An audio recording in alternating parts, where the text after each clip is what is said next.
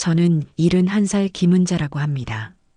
살다 보면 모든 것이 조금씩 변색된다는 사실을 모르는 바는 아니었어요.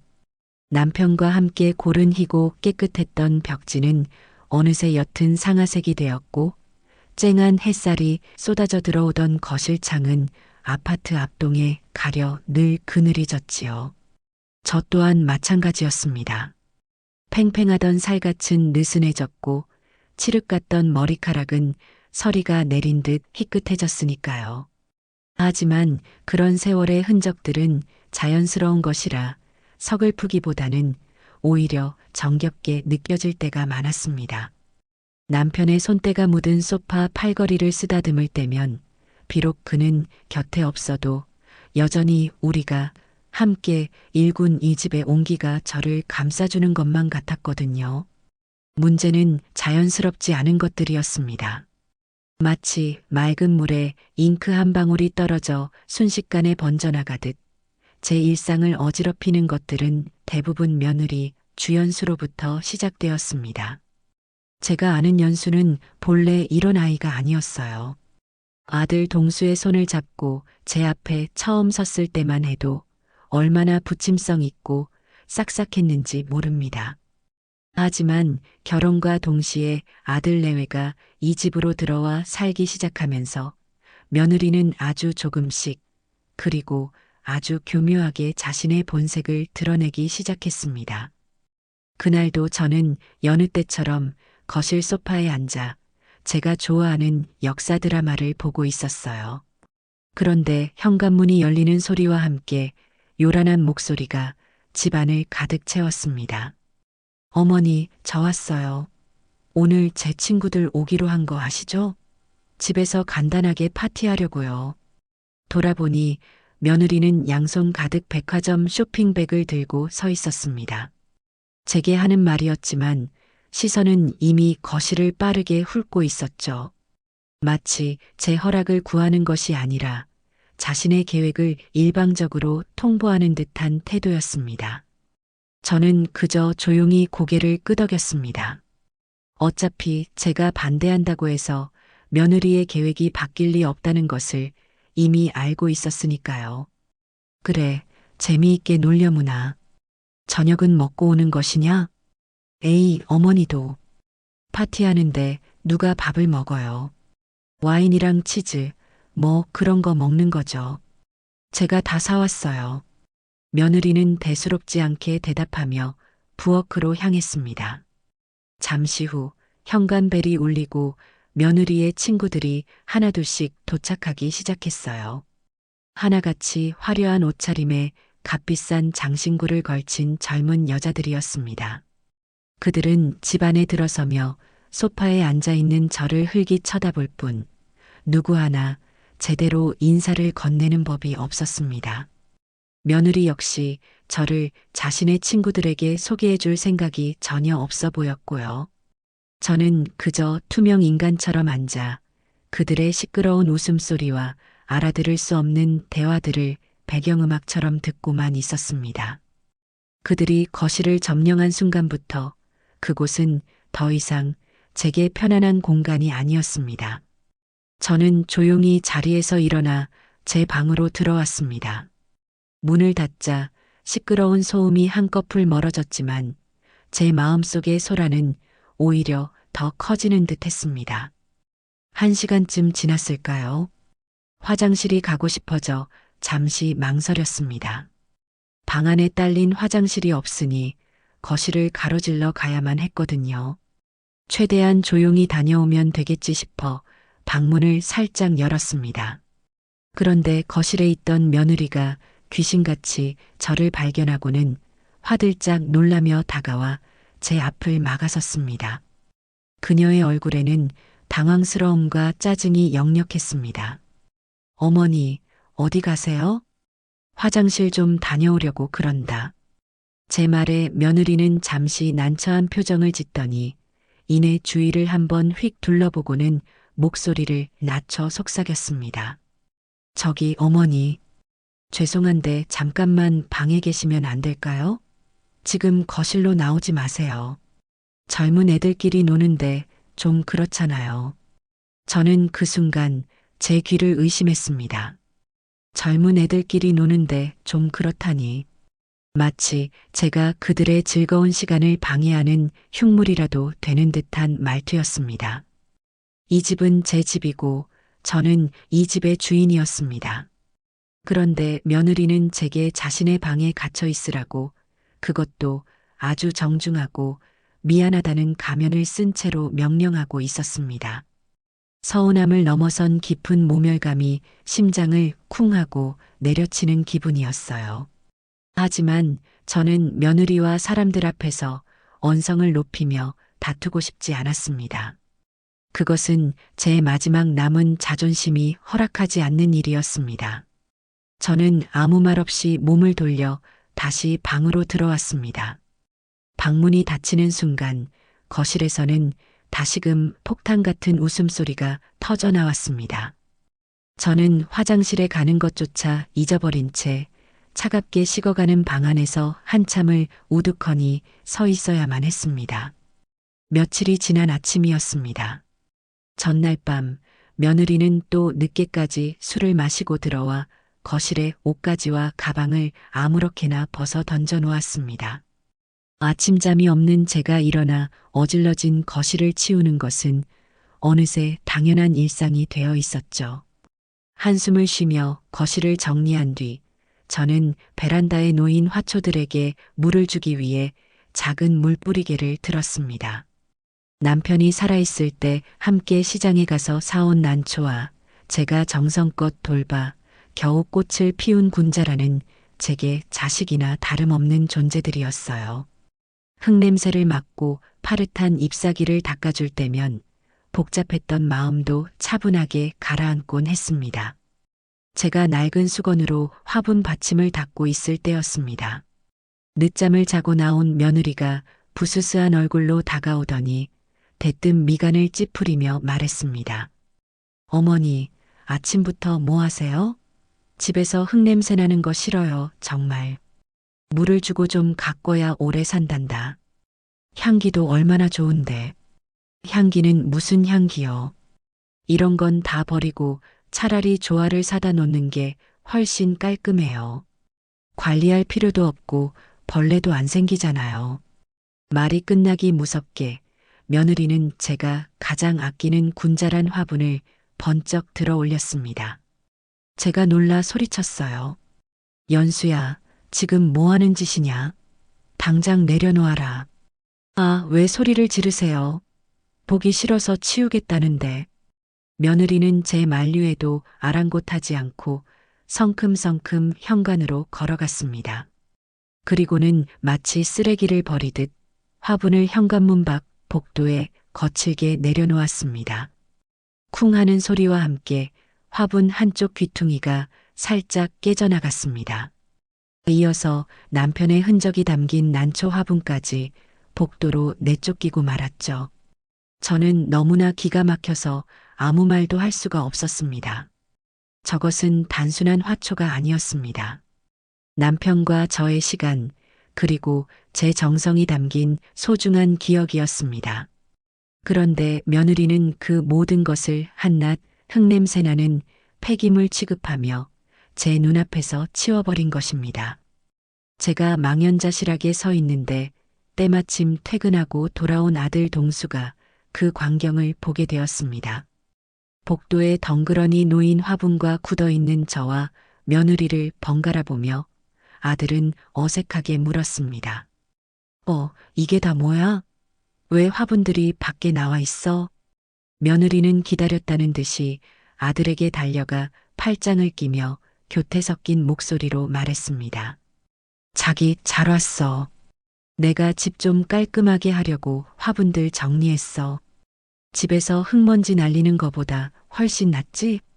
저는 아들이 제 편을 들어주리라, 적어도 아내의 잘못을 꾸짖어 주리라 기대했습니다.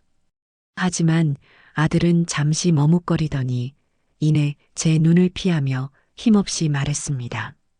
아, 그랬어? 뭐, 네가 알아서 잘했겠지. 그 한마디가 제 가슴에 더 큰 상처를 남겼습니다. 아들은 모든 것을 보고도 외면하기로 결정한 것입니다. 저는 그날 제 화초들이 아니라 아들 내외에 대한 제 마지막 기대가 집 밖으로 내쫓겼다는 것을 깨달았습니다. 그리고 그달 아들의 월급날이 되었습니다. 현관문이 열리고 피곤한 얼굴의 아들이 들어왔습니다. 소파에 앉아 과일을 깎던 며느리는 아들을 보자마자 벌떡 일어나 달려가 마치 어린아이를 대하듯 말했습니다. 우리 자기 오늘 고생 많았어. 이리 줘. 내가 잘 보관할게. 며느리가 손을 내밀자 아들은 아무런 저항 없이 자신의 월급이 담긴 봉투를 통째로 아내의 손에 넘겼습니다. 결혼한 이후로 단 한 번도 변하지 않은 그들만의 의식이었죠. 저는 며느리가 과일 접시를 들고 방으로 들어간 뒤 아들을 조용히 불렀습니다. 동수야, 이리 와서 앉아보거라. 네, 어머니. 왜요? 월급을 받으면 전부 아내에게 주는 것이냐? 네 용돈은 따로 받고? 제 질문에 아들은 시선을 떨구며 우물쭈물했습니다. 아니요, 그냥 연수가 다 관리해요. 필요할 때마다 타서 쓰면 되니까 그게 편해요. 아무리 부부라도 비상금은 있어야 하는 법이다. 언제 어디서 급한 일이 생길 줄 알고 그러니 용돈이라도 좀 넉넉히 쥐고 다녀라. 제 걱정스러운 말에도 아들은 그저 고개만 숙일 뿐이었습니다. 바로 그때 방에서 나온 며느리가 저희의 대화를 들었는지 날카로운 목소리로 끼어들었습니다. 어머니, 저희 돈 관리는 걱정 마세요. 며느리는 아들 옆에 바싹 다가앉아 팔짱을 끼며 저를 똑바로 쳐다보았습니다. 그 눈빛에는 왜 우리 부부 사이에 끼어드느냐는 경계심과 불만이 가득했습니다. 제가 우리 동수 씨 기죽지 않게 알아서 다 챙겨주고 있으니까요. 어머니는 저희 걱정 마시고 어머니 건강이나 잘 챙기세요. 그 말은 저를 위하는 척했지만 실은 상관하지 말라는 완벽한 성극기였습니다. 저는 더 이상 아무 말도 할 수가 없었습니다. 아들은 아내의 보호를 받는 어린아이가 되어버렸고 저는 아들의 월급 봉투 한 번 구경하지 못하고 아들의 용돈까지 걱정해야 하는 늙은 노모일 뿐이었습니다. 그날 밤 저는 제 방에 앉아 낡은 앨범을 펼쳤습니다. 남편과 함께 활짝 웃고 있는 젊은 시절의 제 사진을 보며 조용히 눈물을 삼켰습니다. 이 집에서 제 자리는 아주 조금씩 그리고 확실하게 사라지고 있었습니다. 그날 이후 집안의 공기는 마치 장마철의 솜니불처럼 무겁고 눅눅하게 가라앉았습니다. 저와 며느리 사이에는 최소한의 대화마저 사라졌고 아들 동수는 그 사이에서 어쩔 줄 몰라 하며 제 눈치와 아내의 눈치를 번갈아 살피는 가여운 족제비처럼 굴었지요. 며느리는 마치 제가 없는 사람인 양 행동했습니다. 제가 거실에 앉아 있으면 일부러 더 큰 소리로 TV를 켰고 제가 부엌에서 무언가를 하고 있으면 보란 듯이 배달 음식을 시켜 아들과 둘이서만 방에 들어가 먹곤 했습니다. 유치했지만 효과적인 방법이었습니다. 그 아이는 그런 식으로 자신의 영역에서 저를 밀어내고 제 존재감을 지워가고 있었습니다. 저는 그 모든 것을 묵묵히 지켜보았습니다. 이제 와서 서운하다거나 섭섭하다는 감정은 무의미했습니다. 제 마음속에서는 이미 무언가 단단하게 굳어지고 있었으니까요. 시간은 흘러 남편의 기일이 다가왔습니다. 저는 해마다 단 한 번도 거르지 않고 제 손으로 직접 제사 음식을 차렸습니다. 그것은 죽은 사람을 위한 의식이기도 했지만 남편과 함께했던 시간을 기억하고 추억하는 저 자신을 위한 약속이기도 했어요. 저는 새벽같이 일어나 시장에 가서 가장 좋은 재료들을 골라왔습니다. 남편이 좋아했던 육전이며 제가 정성껏 말려두었던 고사리, 손이 많이 가지만 그만큼 맛이 좋은 삼색나물까지 부엌에 고소한 기름 냄새가 퍼지고 정갈하게 담긴 음식들이 하나둘씩 상에 올라갈 준비를 마칠 때면 저는 비로소 남편을 맞이할 준비가 된 것 같아 마음이 놓이곤 했습니다. 그날도 저는 이른 아침부터 부엌에서 분주하게 움직였습니다. 한창 동그랑땡을 붙이고 있는데 늦잠을 자고 나온 며느리가 부엌 입구에 서서 노골적으로 코를 막았습니다. 아, 어머니. 아침부터 집안에 기름 냄새가 진동을 하네요. 머리 아파요. 저는 며느리를 한번 쳐다보고는 아무 말 없이 다시 전을 뒤집었습니다. 제 무시에 기분이 상했는지 며느리는 한 걸음 더 다가와 목소리를 높였습니다. 아버님 돌아가신 지가 언젠데 아직도 이런 걸 하세요? 요즘 세상에 누가 집에서 이렇게 힘들게 제사를 지내요. 돌아가신 분은 말이 없는데 산 사람만 힘들잖아요. 이건 산 사람의 도리다. 너는 아직 어려서 모르겠지만 기억하고 마음을 다하는 것만큼 중요한 건 없는 법이야. 도리요? 그런 낡은 생각 때문에 지금 어머니가 이렇게 힘드신 거예요. 그냥 오늘 저녁에 근사한 식당 예약해서 다 같이 식사하면 그게 아버님도 더 좋아하실 일 아닐까요? 며느리는 합리적인 제안이라는 듯한 표정을 지어 보였습니다. 하지만 저는 그 말 속에 담긴 위선과 무례함을 똑똑히 보고 있었습니다. 며느리에게 제사는 그저 귀찮고 돈 드는 구시대의 유물일 뿐이었습니다. 남편에 대한 최소한의 존중도 저에 대한 배려도 찾아볼 수 없었죠. 저는 하던 일을 멈추고 며느리를 똑바로 바라보며 말했습니다. 나는 내 방식대로 아버님을 기릴 것이다. 너는 네 방식대로 하려무나. 다만 오늘 저녁상에는 너와 동수 숟가락은 없을 줄 알아라. 제 단호한 말에 며느리는 입술을 삐죽거리며 방으로 획 들어가 버렸습니다. 저는 잠시 깊은 한숨을 내쉬었습니다. 차라리 저렇게 대놓고 불만을 표출하는 것이 더 나을지도 모른다고 생각했어요. 적어도 제 앞에서는 가면을 쓰지 않으니까요. 저는 다시 묵묵히 음식을 만들기 시작했습니다. 부글부글 끓는 탕국을 보며 제 속도 저렇게 들끓고 있다는 것을 느꼈습니다. 그날 저녁 저는 남편의 사진 앞에 정성껏 차린 제사상을 올리고 홀로 절을 했습니다. 아들 내외는 정말로 방에서 나오지 않았습니다. 방문 너머로 며느리가 아들에게 무언가 속삭이는 소리와 아들의 멋쩍은 웃음소리가 희미하게 들려왔습니다. 저는 그 순간 이 집에서 남편의 흔적을 지키고 있는 사람이 저 혼자뿐이라는 깊은 고독감을 느꼈습니다. 그날 밤이었습니다. 저는 홀로 거실 소파에 앉아 멍하니 TV를 보고 있었습니다. 제사를 끝낸 뒤의 허탈함과 피로감이 온몸을 짓눌렀죠. 그때 방에서 나온 며느리가 제 옆에 슬쩍 앉았습니다. 평소답지 않은 행동에 의아해서 쳐다보니 며느리는 아주 상냥한 목소리로 말을 걸어왔습니다. 어머니, 오늘 고생 많으셨어요. 제가 좀 도와드렸어야 했는데 죄송해요. 저는 그 사과가 진심이 아니라는 것을 알았지만 대꾸하지 않았습니다. 며느리는 잠시 머뭇거리더니 리모컨으로 TV 채널을 돌리기 시작했습니다. 화려한 인테리어를 자랑하는 강남의 신축 아파트를 소개하는 방송이 나오자 며느리는 기다렸다는 듯이 목소리 톤을 높였습니다. 와, 어머니. 저기 좀 보세요. 집 진짜 좋다. 요즘엔 저렇게 다 빌트인으로 나오고 커뮤니티 시설에 수영장까지 있대요. 우리도 저런 데서 살면 얼마나 좋을까요? 저는 며느리의 의도를 알아차리고 TV 화면으로 시선을 고정했습니다. 며느리는 제 반응을 살피며 본격적으로 말을 이어갔습니다. 어머니, 제가 오늘 곰곰이 생각해 봤는데요.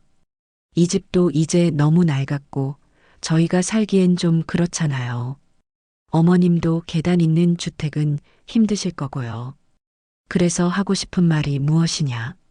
그러니까 이 집 파는 게 어떨까요? 여기 땅값이 그래도 꽤 오르긴 했으니까 이거 팔고 대출 조금만 더 받으면 저런 신축 아파트 전세라도 들어갈 수 있을 거예요. 그럼 어머님도 편하고 저희도 좋잖아요. 결국 그 이야기였습니다. 며느리는 남편의 기일에 제사상 앞에서 보였던 그 모든 무례함을 뒤로 한 채 오직 이 집을 팔아 자신의 욕심을 채울 궁리만 하고 있었던 것입니다. 제 안에서 무언가 툭 하고 끊어지는 소리가 났습니다. 안 된다. 저는 TV를 끄고 며느리를 똑바로 쳐다보며 말했습니다. 제 목소리는 얼음장처럼 차갑고 단단했습니다. 이 집은 못 판다. 여긴 네 아버님과 내 평생이 담긴 집이야. 돈으로 따질 수 있는 곳이 아니란 말이다. 평생이요? 그런 낡아 빠진 추억 때문에 이렇게 불편하게 살아야 해요? 어머니, 지금 세상이 어떤 세상인데 그런 구시대적인 생각을 하세요. 현실적으로 생각해야죠. 나에게는 그 추억이 현실이다. 돈보다 더 중요한 현실이야. 그러니 그만하거라. 이 집에 관한 이야기는 더 이상 듣고 싶지 않다. 제가 자리에서 일어나려 하자 다급해진 며느리가 제 팔을 붙잡았습니다. 그리고는 언제 상냥했냐는 듯 본색을 드러내며 악에 받친 목소리로 말했습니다. 왜요? 왜 어머니 마음대로만 하세요? 이 집 어차피 나중에 저희가 물려받을 거잖아요. 그냥 지금 좀 편하게 살겠다는데 그게 그렇게 안 입고 오세요? 때마침 방에서 나온 아들이 저희 사이의 험악한 분위기를 보고는 어쩔 줄 몰라 하며 다가왔습니다. 왜 그래들? 무슨 일이야? 며느리는 아들을 보자마 더욱 기세등등해져서 저를 손가락질하며 소리쳤습니다. 어머니 좀 봐. 내가 이 집 팔고 다 같이 좋은 데로 이사 가자고 했더니 길길이 날뛰시잖아. 언제까지 이런 촌스러운 집에서 살아야 하는데. 아들은 제 눈치를 한 번, 아내의 눈치를 한 번 보더니 우물쭈물하며 말했습니다. 어머니, 그래도 연수 말이 아주 틀린 건 아니. 아들의 말이 끝나기도 전에 제 안의 마지막 인내심이 바닥을 드러냈습니다. 저는 아들과 며느리를 번갈아 쳐다보았습니다. 제 아들은 이미 제 아들이 아니었습니다. 아내의 욕망에 기생하여 자신의 목소리를 잃어버린 꼭두각시일 뿐이었죠. 그리고 저를 노려보는 며느리의 눈빛 속에서 저는 더 이상 한치의 존중이나 애정도 찾아볼 수 없었습니다. 오직 자신의 욕망을 가로막는 늙은 방해꾼에 대한 증오와 경멸만이 가득했습니다. 며느리는 제 침묵을 동의로 착각했는지 아니면 더는 참을 수 없었는지 결국 넘어서는 안 될 선을 넘어버리고 말았습니다. 그녀는 제 면전에 대고 그동안 마음속에 품고 있던 가장 날카로운 비수를 꺼내 꽂았습니다. 답답해 정말. 어머니만 없으면 이 집은 온전히 우리 거예요. 제발 제 인생에서, 이 집에서, 제 눈앞에서 당장 꺼져주세요. 순간 집안의 모든 소리가 멈췄습니다. 아들의 당황한 숨소리, 시계의 초침소리, 제 심장이 쿵 하고 내려앉는 소리까지 눈앞에서 당장 꺼져달라. 그 말은 제 남은 인생을 통째로 부정하는 소리였습니다. 평생을 바쳐 일군 이 집에서 제 살과 뼈를 깎아 키운 아들놈의 아내에게 저는 이제 사라져야 할 존재가 되어버린 것입니다. 저는 더 이상 아무 말도 하지 않았습니다. 그럴 필요가 없었으니까요. 저는 조용히 제 방으로 들어와 문을 닫았습니다. 눈물은 나지 않았습니다. 슬픔이나 분노 같은 감정들은 이미 차갑게 식어버렸고 그 자리에는 오직 서늘하고 명료한 결심만이 자리 잡고 있었습니다. 그래, 소원대로 해주마. 네 눈앞에서 아주 깨끗하게 사라져주마. 며느리가 제게 던졌던 그 모진 말들이 귓가에서 계속 맴돌았지만 이상하게도 더는 가슴이 아프지 않았어요. 오히려 오랜 시간 앓던 이가 쑥 빠져버린 것처럼 시원한 기분마저 들었습니다. 그래요. 저는 그날 밤 모든 것을 결정했습니다. 더 이상 이 집에서 저 아이들의 그늘 밑에서 제 남은 인생을 좀먹게 내버려 두지 않기로 말입니다. 미련, 기대, 서운함 같은 감정의 찌꺼기들이 모두 빠져나가고 나니 앞으로 제가 무엇을 해야 할지가 아주 명확하게 보였습니다. 다음 날 아침 저는 평소보다 조금 더 일찍 일어났습니다. 부엌으로 나가 밥을 안 치고 어젯밤 제사상에 올렸던 나물들을 꺼내 비빔밥을 만들 준비를 했죠.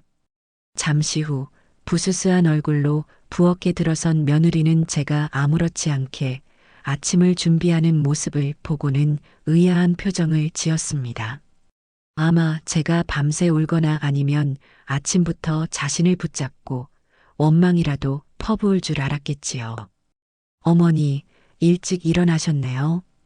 그래, 잠이 일찍 깼다. 아침 먹고 출근해라. 동수도 깨우고. 저는 아주 평온한 목소리로 말했습니다. 제 태연한 모습에 며느리는 오히려 자신이 더 당황한 듯 어색하게 식탁에 와서 앉았습니다. 아들 녀석도 잠이 덜 깬 얼굴로 나와 앉았고요. 저는 말없이 고추장과 참기름을 식탁 위에 놓아주었습니다. 밥을 먹는 내내 누구도 말을 꺼내지 않았습니다. 무거운 침묵 속에서 숟가락 달그락거리는 소리만이 유난히 크게 들려왔죠. 아들이 출근하고 며느리가 외출 준비를 하는 동안 저는 제 방으로 들어가 수화기를 들었습니다. 수십 년간 저희 집 근처에서 부동산을 운영해 온 이제는 친구처럼 가까워진 박 사장에게 전화를 걸었습니다. 사장님, 저예요. 다름이 아니라 저희 집 좀 내놓으려고요. 수화기 너머로 박 사장의 놀란 목소리가 들려왔습니다. 아니, 김 여사님, 그 집을요? 남편분과의 추억이 가득한 집이라 절대 안 파신다면서요. 무슨 일 있으세요? 그냥 이제는 좀 정리하고 싶어서요. 조건은 딱 하나예요. 가장 빨리 그리고 제값만 받게 해주세요. 제 단호한 목소리에 박 사장도 더는 묻지 않고 알겠다고 대답했습니다. 전화를 끊고 나니 오히려 마음이 후련해졌습니다. 평생을 지고 있던 무거운 짐을 내려놓은 기분이었습니다. 그날 오후 부동산에서는 사람을 보내 집 사진을 찍어갔습니다. 며느리는 무슨 일이냐며 호들갑을 떨었지만 저는 그저 사람들에게 보여줘야 잘 팔리지 않겠니라고만 대답했습니다. 제 말뜻을 알아들은 며느리의 얼굴에는 숨길 수 없는 희색이 가득했습니다. 아마 제가 드디어 자신의 성화에 못 이겨 집을 팔기로 결심했다고 생각했겠지요. 그때부터 며느리의 태도는 180도 달라졌습니다. 제게 살갑게 말을 걸고 제가 좋아하는 과일을 사다 바치기도 했습니다. 물론 저는 그 행동이 무엇을 위한 것인지 너무나도 잘 알고 있었기에 그저 받아줄 뿐이었습니다. 집은 생각보다 훨씬 빨리 팔렸습니다. 마침 근처에 대규모 재개발 계획이 발표되면서 땅값이 오를 대로 오른 덕분이었죠. 계약금을 받고 잔금을 치를 날짜까지 잡고 나니 모든 것이 일사천리로 진행되었습니다. 며느리는 잔금을 치르는 날만 손꼽아 기다렸습니다. 매일같이 인터넷으로 강남의 신축 아파트 시세를 검색하고 가구 카탈로그를 뒤적이며 김칫국부터 마셨습니다. 아들 녀석은 그런 아내를 말리기는커녕 옆에서 덩달아 맞장구를 치며 들떠 있었죠. 저는 그 모습을 보며 속으로 쓴웃음을 지었습니다. 저 어리석은 아이들은 자신들이 곧 손에 쥐게 될 것이 돈이 아니라 쓰디쓴 현실이라는 것을 까맣게 모르고 있었습니다. 잔금을 치르기로 한 날 저는 아침 일찍부터 제 방의 짐을 정리하기 시작했습니다. 평생을 함께한 살림살이였지만 막상 정리하고 보니 제가 가져갈 것은 그리 많지 않았습니다. 남편의 사진이 담긴 낡은 앨범과 제 손때가 묻은 옷 몇 벌, 그리고 작은 장신구 함이 전부였습니다. 나머지 가구와 가전제품들은 모두 이 집에 남겨두고 갈 생각이었습니다. 어차피 제가 새로 갈 곳에는 필요 없는 물건들이었으니까요. 오후에 부동산에서 잔금을 모두 치렀다는 연락이 왔습니다. 제 통장에는 평생 만져본 적 없는 큰 돈이 찍혔습니다. 집으로 돌아오니 며느리와 아들이 초조한 얼굴로 저를 기다리고 있었습니다. 며느리는 저를 보자마자 달려와 제 팔을 잡았습니다. 어머니, 잔금 다 받으셨죠? 이제 우리 언제 이사 가요? 제가 알아본 아파트가 있는데 지금 당장 계약하지 않으면 놓칠지도 몰라요. 저는 며느리의 손을 조용히 뿌리치고 거실 테이블에 앉았습니다. 그리고 가방에서 서류 2장을 꺼내 테이블 위에 올려놓았습니다. 하나는 제 이름으로 계약된 강원도의 아담한 시골집 등기 서류였고, 다른 하나는 오늘 저녁 강릉으로 떠나는 KTX 기차표 한 장이었습니다. 이게 뭐예요, 어머니? 며느리는 서류를 집어들고는 믿을 수 없다는 듯 되물었습니다. 아들 역시 당황한 얼굴로 제 눈치를 살폈습니다. 저는 아주 차분하고 조용한 목소리로 말했습니다. 보면 모르겠느냐? 내 집과 내 기차표다. 어머니 집이요? 그럼 우리는요? 우리 아파트는요? 집 한도는 어디 있어요? 며느리가 새파랗게 질린 얼굴로 소리쳤습니다. 저는 통장 대신 제 작은 여행 가방을 가리켰습니다. 내 짐은 저게 전부다. 이제 곧 기차 시간이니 그만 가봐야겠구나. 제가 자리에서 일어나자 며느리가 미친 사람처럼 달려들어 제 앞을 막아섰습니다. 어머니, 지금 장난하세요? 저희 돈은요? 저희가 받을 집 한 돈 주셔야죠. 그 순간 저는 제 안에 남아있던 마지막 연민마저 사라지는 것을 느꼈습니다. 저는 제 인생에서 가장 차가운 목소리로 며느리의 눈을 똑바로 쳐다보며 말했습니다. 너희 돈이라니. 참으로 이상한 말을 하는구나. 이 집은 내 평생과 네 아버님의 목숨값이 담긴 내 집이다. 그러니 이 집을 판 돈도 온전히 내 것이지. 너희가 받을 돈은 처음부터 단 1원도 없었어. 그게 무슨 말이에요? 그리고 나는 지금 네 소원을 들어주는 길이다. 제 소원이요? 제 소원이 뭔데요? 나더러 네 눈앞에서 당장 꺼져달라고 하지 않았더냐. 이제 그 소원 내가 아주 기꺼이 들어주마. 그러니 너희는 이 집에서, 아니 이제는 남의 집이 된 이곳에서 너희들끼리 잘 살아보거라. 말을 마친 저는 며느리와 아들을 그대로 남겨두고 현관으로 향했습니다. 뒤에서 며느리가 악을 쓰고 아들이 저를 부르는 소리가 들렸지만 저는 단 한 번도 뒤를 돌아보지 않았습니다. 현관문을 열고 밖으로 나오자 시원한 저녁바람이 제 뺨을 스쳤습니다. 저는 평생을 살았던 집을, 제 모든 것이었던 그 공간을 그렇게 제 발로 걸어 나왔습니다. 이상하게도 슬프거나 외롭지 않았습니다. 오히려 날아갈 듯 가벼운 해방감이 온몸을 감쌌습니다. 저는 기차역으로 향하는 택시 안에서 점점 멀어지는 동네 풍경을 바라보았습니다. 이제 저곳에 제 것은 아무것도 없었습니다. 그리고 저는 비로소 저 자신을 위한 새로운 삶을 시작할 준비가 되었습니다. 강원도에 마련한 제 새로운 보금자리는 참으로 아늑하고 평화로운 곳이었습니다. 아침이면 창문 너머로 이름 모를 새들이 지저귀는 소리에 잠을 깼고, 낮에는 작은 텃밭에 나가 상추와 고추를 돌보는 재미에 시간 가는 줄 몰랐어요. 도시의 빽빽한 아파트 숲에서 평생을 살다가 이렇게 흙을 밟고 맑은 공기를 마시며 지내니 가동한 저를 짓누르던 모든 스트레스와 상처들이 눈 녹듯 사라지는 기분이었습니다. 마을 사람들도 모두 순박하고 따뜻한 분들이라 낯선 외지인인 저를 금세 이웃으로 받아들여 주셨습니다. 저는 난생 처음으로 오롯이 저 자신만을 위한 시간을 보내며 잊고 지냈던 삶의 기쁨들을 하나씩 되찾아가고 있었습니다. 하지만 그 평화는 그리 오래가지 않았습니다.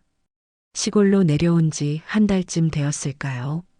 평화로운 주말 오후 텃밭에서 호미질을 하고 있는데 익숙하지 않은 비싼 승용차 한 대가 흙먼지를 일으키며 제 집 앞에 멈춰 섰습니다. 그리고 차에서 내리는 두 사람의 얼굴을 확인한 순간 제 심장이 쿵 하고 내려앉았습니다. 아들 동수와 며느리 연수였습니다. 한 달 사이에 두 사람의 얼굴은 무척이나 상해 있었습니다. 며느리는 값비싼 옷을 입고 있었지만 어딘지 모르게 초췌했고 아들은 잔뜩 주눅이 든 얼굴로 아내의 뒤를 따랐습니다. 며느리는 차에서 내리자마자 제 집을 위아래로 훑어보더니 경멸이 가득한 목소리로 말했습니다. 어머니, 이런 총구석에서 혼자 유유자적, 아주 팔자가 좋으시네요. 아들은 길바닥에 나앉게 생겼는데 저는 손에 묻은 흙을 털며 조용히 대답했습니다. 여긴 어떻게 알고 찾아왔느냐? 나는 너희를 부른 적이 없다. 어떻게 알았겠어요? 사람 써서 알아냈죠. 어머니가 우리한테 어떻게 이러실 수 있어요? 어떻게 자식들한테 말 한마디 없이 집을 팔고 돈을 전부 들고 도망칠 수가 있냐고요. 며느리는 마치 자신이 피해자인 양 억울하다는 듯 소리쳤습니다. 도망이라는 단어가 제 귀에 비수처럼 꽂혔습니다. 저는 도망친 것이 아니었습니다. 버림받기 전에 제 발로 걸어 나온 것이었죠. 저는 더 이상 며느리의 무례한 언행을 참고 있을 이유가 없었습니다. 도망이라니. 말을 바로 하거라. 나는 내 집을 팔고 내 돈을 가지고 내가 살고 싶은 곳으로 온 것뿐이다. 너희에게 알려야 할 의무는 없다고 생각했는데 의무가 없다고요? 어머니 재산은 당연히 아들인 저희 몫이잖아요. 그런데 이걸 다 독차지하고 혼자 쓰는 게 말이 돼요? 당장 저희 목 내놓으세요. 옆에 서 있던 아들 녀석도 거들었습니다. 어머니, 연수 말이 맞아요. 저희 지금 살던 집에서 쫓겨나서 월세방 전전하고 있어요. 너무 힘들어요. 어머니가 좀 도와주셔야죠. 저는 기가 막혀서 헛웃음이 나왔습니다. 저들은 한 달이라는 시간 동안 자신들의 잘못을 반성하기는커녕 어떻게 하면 제 돈을 빼앗아 갈 수 있을까 하는 궁리만 하고 있었던 것입니다. 저들의 추악한 민낯과 끝없는 탐욕에 깊은 환멸이 느껴졌습니다. 저는 호미를 내려놓고 두 사람을 똑바로 마주보며 말했습니다. 너희 몫이라. 법을 좀 아는 사람에게 물어보니 너희에게는 내 재산을 단 한 푼도 받을 권리가 없다고 하더구나. 그게 무슨 소리예요? 자식인데 당연히 상속받을 권리가 있죠. 며느리가 눈을 동그랗게 뜨고 따졌습니다. 저는 아주 차분하게 그리고 법 조항을 인용하며 정확하게 설명해 주었습니다. 우리나라 법에는 부양의 의무라는 것이 있단다. 자식은 부모를 부양할 의무가 있지. 하지만 너희는 어땠더냐?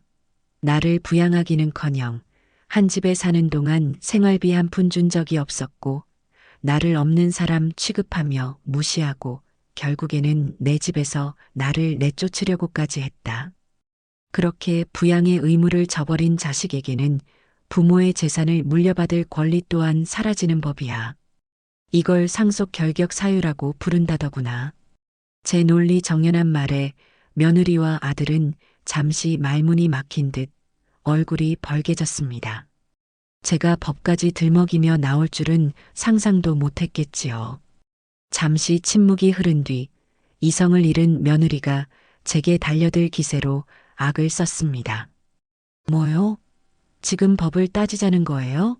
늙어서 돈 몇 푼 손에 쥐었다고 아주 눈에 뵈는 게 없으시네. 좋게 말할 때 내놔요. 안 그러면 내가 여기 들어 누워서 동네방네 소문 다 낼 거니까. 자식 버리고 도망친 독한 늙은이라고. 며느리가 제 멱살이라도 잡을 듯 삿대질을 하며 달려들었습니다. 하지만 저는 더 이상 예전의 제가 아니었습니다. 겁을 먹거나 물러서지 않았죠. 오히려 저는 그 순간 아주 침착하고 냉정해졌습니다.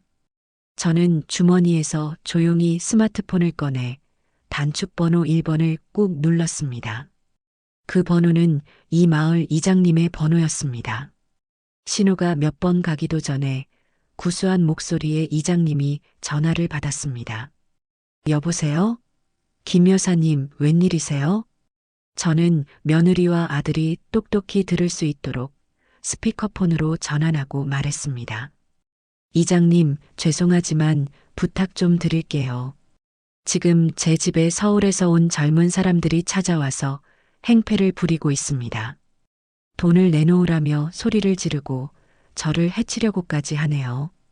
무서워서 그러니 파출소에 신고 좀 대신 부탁드려도 될까요? 제 말에 며느리와 아들의 얼굴이 하얗게 질렸습니다. 수화기 너머에서 이장님의 다급한 목소리가 들려왔습니다. 뭐라고요? 아니, 어떤 놈들이 감히. 여사님, 거기 꼼짝 말고 계세요. 제가 지금 바로 동네 청년들이랑 같이 그리로 달려갈 테니까. 전화가 끊기고 정적이 흘렀습니다. 며느리는 방금 전까지의 기세는 온데간데 없이 당황한 기색이 역력했습니다. 시골 깡촌이라고 얕보고 와서 늙은 시어머니 하나쯤은 쉽게 구워 삶을 수 있을 거라 생각했겠지만 상황은 그들의 예상과 전혀 다르게 흘러가고 있었습니다. 저는 그들을 향해 마지막으로 경고했습니다. 경찰이 오기 전에, 그리고 동네 사람들이 몰려와서 너희의 추한 꼴을 구경하기 전에 당장 내 집에서 사라지거라. 그리고 다시는 내 앞에 나타나지 마라. 다음번에 또 이런 일이 생긴다면 그때는 접근금지 가처분 신청을 할 것이고 너희를 주거침입과 협박죄로 고소할 것이다. 제 말이 끝나기 무섭게 멀리서 트랙터 소리와 함께 여러 사람의 목소리가 들려왔습니다. 정말로 이장님과 동네 청년들이 몽둥이며 나까지 들고 달려오고 있었습니다. 그 광경을 본 아들 내외는 겁에 질려 허둥지둥 자신들의 차에 올라탔습니다. 며느리는 차창 밖으로 저를 향해 두고 봐. 라며 악에 바친 소리를 질렀지만 그 목소리에는 힘이 하나도 실려있지 않았습니다. 차는 왔을 때와 마찬가지로 흙먼지를 일으키며 황급히 마을을 빠져나갔습니다.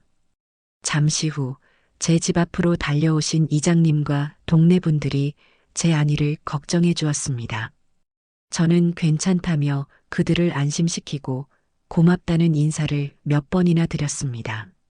소란이 끝나고 다시 혼자가 되었습니다. 저는 잠시 마루에 걸터 앉아 아들 내외가 사라진 길 끝을 바라보았습니다. 마음이 아프지 않다면 거짓말이겠지요. 하지만 후회는 없었습니다. 저는 제 자신을, 그리고 제 평화로운 일상을 지켜낸 것이니까요. 저는 자리에서 일어나 아까 내려놓았던 호미를 다시 집어들었습니다. 그리고 아무 일도 없었다는 듯 묵묵히 텃밭의 잡초를 뽑기 시작했습니다.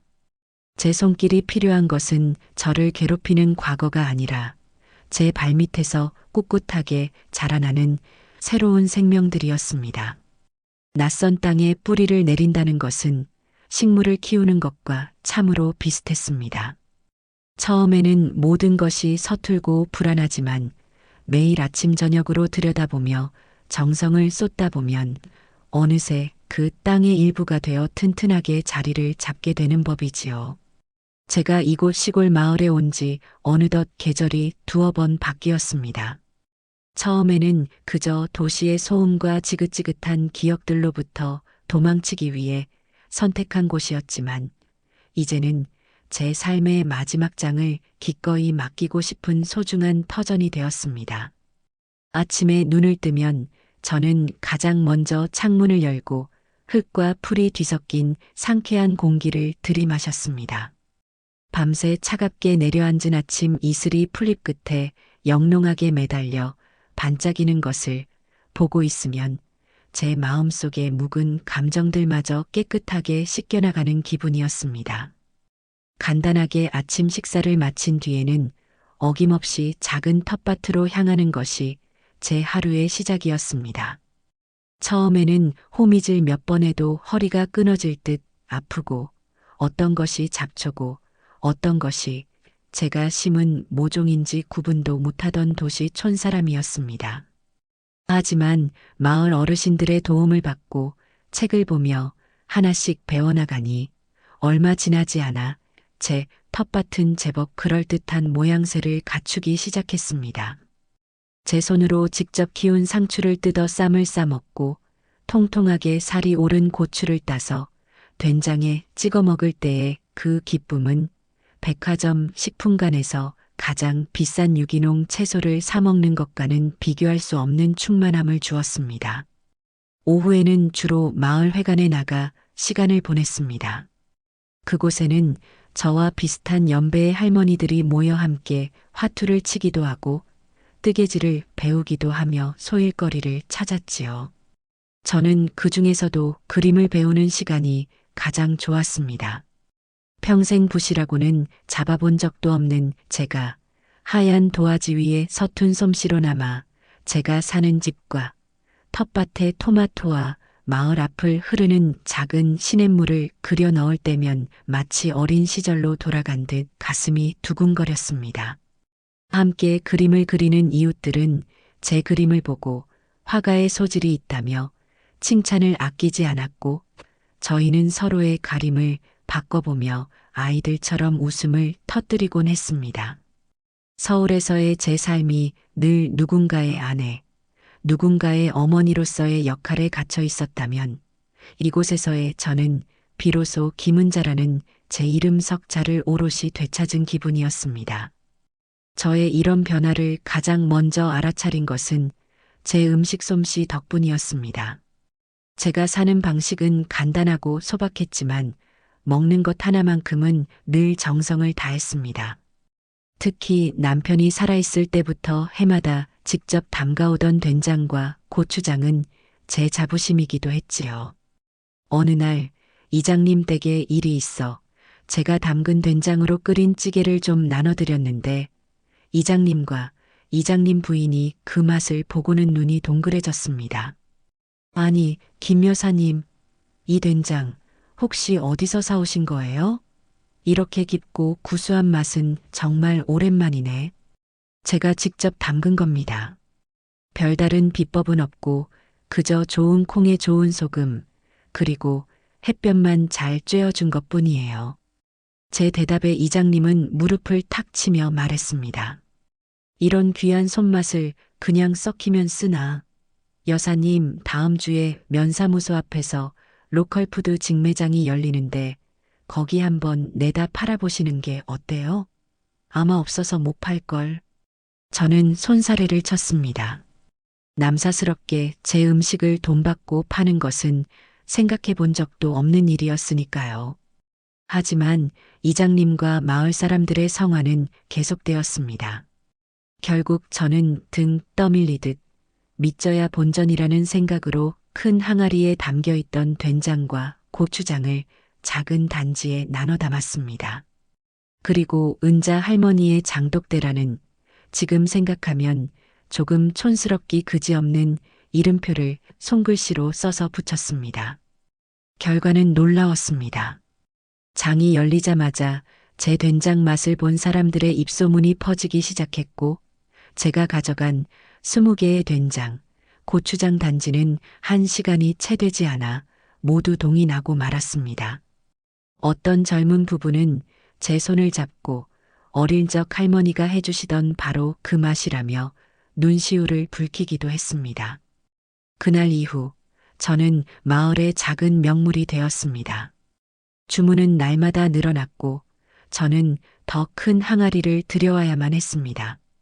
그러던 어느 날 서울에서 귀농한 젊은 총각이 제게 조심스럽게 제안을 해왔습니다. 할머니, 제가 인터넷으로 물건 파는 걸 좀 아는데요. 할머니 된장이랑 고추장을 사진 예쁘게 찍어서 인터넷에 올려보면 어떨까요? 그럼 전국에 있는 사람들이 다 할머니 장맛을 볼 수 있을 텐데요. 저는 컴퓨터라고는 전혀 할 줄 모르는 사람이었지만 제 음식을 더 많은 사람들과 나누고 싶다는 생각에 용기를 냈습니다. 젊은 총각의 도움을 받아 작은 인터넷 판매 사이트를 열고 정성껏 장을 담그는 제 모습을 사진으로 찍어 올렸습니다. 반응은 폭발적이었습니다. 어머니의 손맛, 정직한 재료, 느리게 만든 진짜 장이라는 입소문이 퍼지면서 주문은 전국 각지에서 쇄도하기 시작했습니다. 저는 눈코 뜰 새 없이 바빠졌지만 제 손으로 무언가를 일구고 사람들에게 기쁨을 준다는 사실에 하루하루가 활기차고 즐거웠습니다. 그러던 어느 날 저녁이었습니다. 그날도 밀려든 주문을 정리하고 흐뭇한 마음으로 장부를 들여다보고 있는데 요란하게 전화벨이 울렸습니다. 발신자 번호를 확인하는 순간 제 얼굴에서 미소가 사라졌습니다. 아들 동수였습니다. 그 아이는 시골집에 찾아와 행패를 부리고 쫓겨난 이후로도 잊을만 하면 한 번씩 이렇게 전화를 걸어오곤 했습니다. 저는 잠시 망설이다 차가운 마음으로 전화를 받았습니다. 무슨 일이냐? 어머니, 저 동수예요. 잘 지내세요? 아들의 목소리는 술에 취한 듯 혀가 꼬여 있었고 깊은 패배감에 젖어 있었습니다. 저는 대답 대신 침묵으로 다음 말을 기다렸습니다. 어머니, 저 너무 힘들어요. 서울 생활이 정말 만만치가 않네요. 월세는 비싸고 일자리는 구하기 힘들고 연수는 매일 저만 볶아대고 정말 다 포기하고 싶어요, 어머니. 아들의 신세 한탄이 수화기 너머로 구질구질하게 이어졌습니다. 예전 같았으면 가슴이 미어져 당장이라도 달려갔겠지만 이제 저는 더 이상 아들의 감정 쓰레기통이 되어줄 생각이 없었습니다. 그래서 나더러 뭘 어쩌라는 것이냐? 제 차가운 목소리에 아들은 잠시 말을 잇지 못하더니 이내 본론을 꺼냈습니다. 저 어머니, 돈 좀 보내주시면 안 될까요? 딱 500만 원만요. 보증금 낼 돈이 모자라서 그래요. 어머니는 이제 돈도 많이 버시잖아요. 소문 다 들었어요. 역시나 그것이었습니다. 제 성공 소식을 어디서 주워 듣고는 또다시 돈을 구걸하기 위해 전화를 한 것이었습니다. 저는 깊은 실망감과 함께 단호한 결심을 굳혔습니다. 이 아이를 진짜 어른으로 만들기 위해서는 더 이상 어미의 젖꼭지를 물려서는 안 된다는 것을 깨달았습니다. 동수야, 잘 들어라. 나는 너를 낳아 20살이 넘도록 가르치고 먹여 입혔다. 내 부모로서의 의무는 거기까지다. 나는 너에게 건강한 몸과 남들만큼의 교육을 시켜주었어. 그 이후에 네 인생은 온전히 네가 책임져야 할 몫이다. 어머니, 어떻게 그렇게 매정하세요? 제가 어머니 아들이잖아요. 아들이기에 하는 말이다. 나는 지금 내 남은 인생을 살고 있다. 너 역시 이제는 네 인생을 살아라. 힘들다고 남에게 손 벌릴 생각 말고 네 힘으로 일어서거라. 그게 진짜 어른이 되는 길이다. 다시는 돈 때문에 전화하지 마라. 나는 네게 줄 돈이 단 한 푼도 없다. 저는 그 말을 끝으로 아들의 울음 섞인 목소리를 뒤로하고 매정하게 전화를 끊었습니다. 그리고는 한참 동안 수화기를 내려놓지 못했습니다. 마음 한구석이 시리고 아팠지만 후회는 없었습니다. 텃밭의 여린 모종도 거센 비바람을 이겨내야만 더 튼튼하게 뿌리를 내리는 법이니까요. 제 아들 역시 이제는 스스로의 힘으로 인생의 비바람을 맞서야만 했습니다. 저는 창밖에 짙은 어둠을 바라보며 아들이 언젠가는 제 깊은 뜻을 알아주기를, 그리고 꿋꿋하게 제 길을 찾아가기를 조용히 기도했습니다. 가을이 깊어지고 제 텃밭의 푸른 잎사귀들이 하나둘씩 붉고 노랗게 물들어갈 무렵이었습니다. 아침 저녁으로는 제법 쌀쌀한 바람이 불어와 저는 얇은 스웨터를 꺼내 입어야만 했지요. 그날도 저는 오후 내내 주문받은 고추장을 단지에 담아 포장하는 일로 분주한 하루를 보냈습니다. 해가 뉘엿뉘엿 서산으로 넘어갈 무렵 마지막 택배 상자를 마루 끝에 내놓고 허리를 펴는데 저희 집으로 들어오는 작은 흙길 위로 웬 낯선 그림자가 천천히 다가오는 것이 보였습니다. 처음에는 마을 사람인 줄 알았지만 걸음걸이가 어딘지 위태롭고 힘겨워 보였습니다. 가까이 다가온 사람의 얼굴을 확인한 순간 저는 숨을 멈췄습니다. 며느리 주연수였습니다. 마지막으로 본 것이 벌써 몇 계절 전이었을까요? 행패를 부리다 쫓겨나던 날의 그 뻔뻔하고 기세등등하던 모습은 온데간데 없었습니다.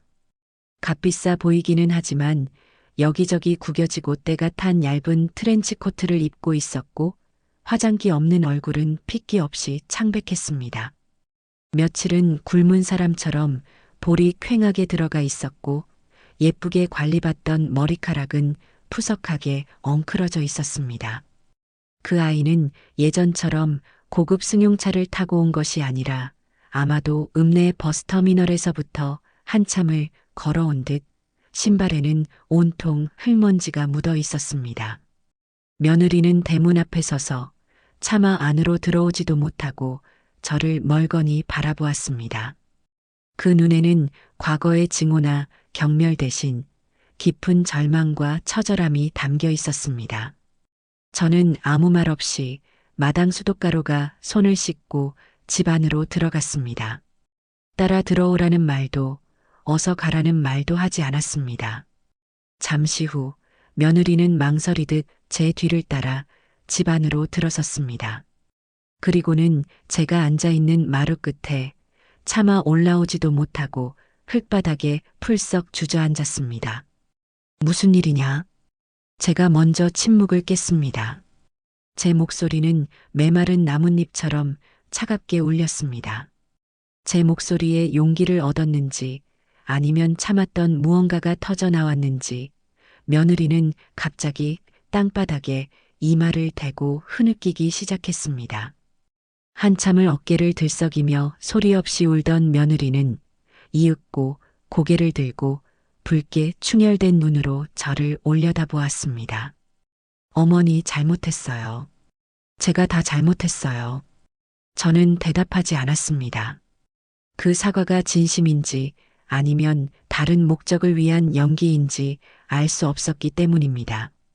며느리는 제 반응이 없자 더욱 절박하게 말을 이어갔습니다.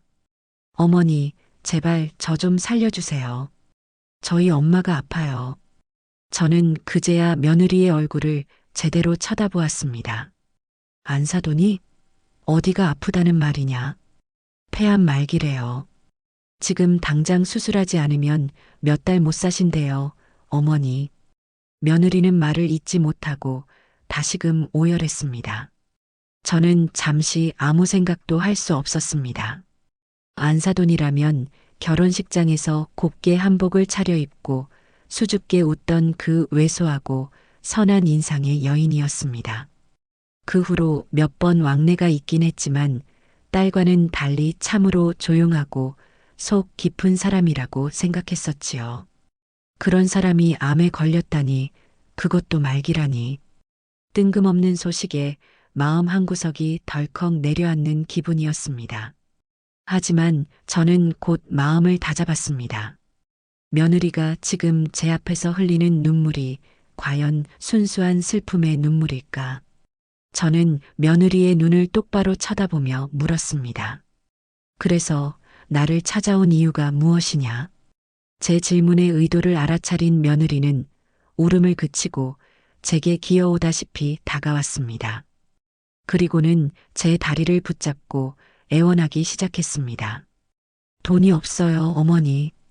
수술비가 너무 많이 드는데 저희는 지금 당장 집 보증금도 빼서 써버린 알거지예요. 동수 씨 월급으로는 입원비도 감당이 안 돼요. 어머니 제발 돈 좀 빌려주세요.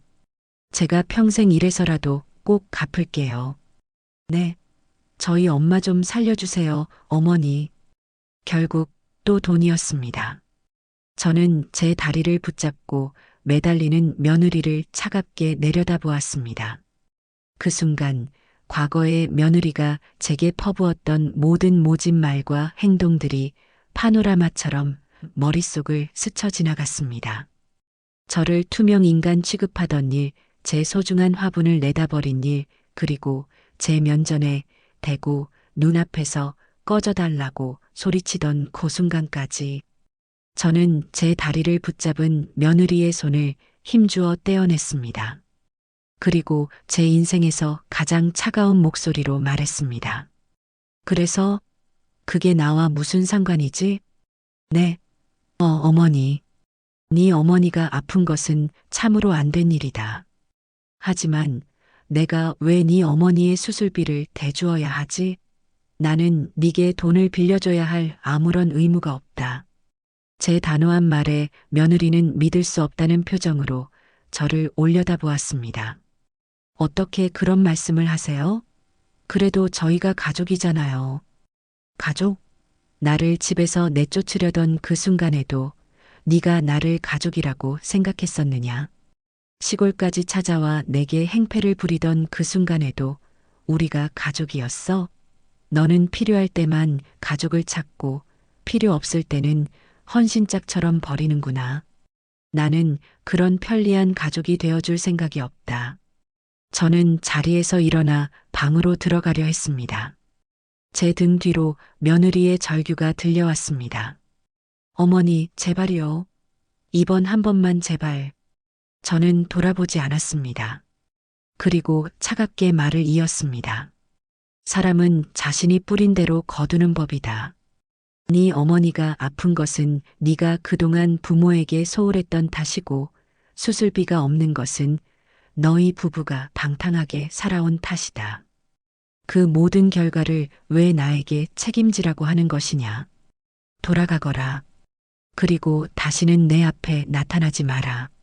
제 말이 끝나자 등 뒤에 울음소리가 잦아들었습니다. 잠시 후 며느리는 아무 말 없이 비틀거리는 걸음으로 일어나 집을 나섰습니다. 저는 며느리가 떠나고 한참이 지나도록 방문 앞에 우두커니 서 있었습니다. 스스로 내뱉은 말들이었지만 그 말들이 제 가슴에도 날카로운 파편이 되어 박히는 기분이었습니다. 하지만 저는 후회하지 않기로 했습니다. 동정심 때문에 한 번의 예외를 두기 시작하면 저는 또다시 과거의 굴레 속으로 끌려 들어가게 될 것이 뻔했습니다. 저는 제 자신을 지키기 위해 가장 독한 사람이 되어야만 했습니다.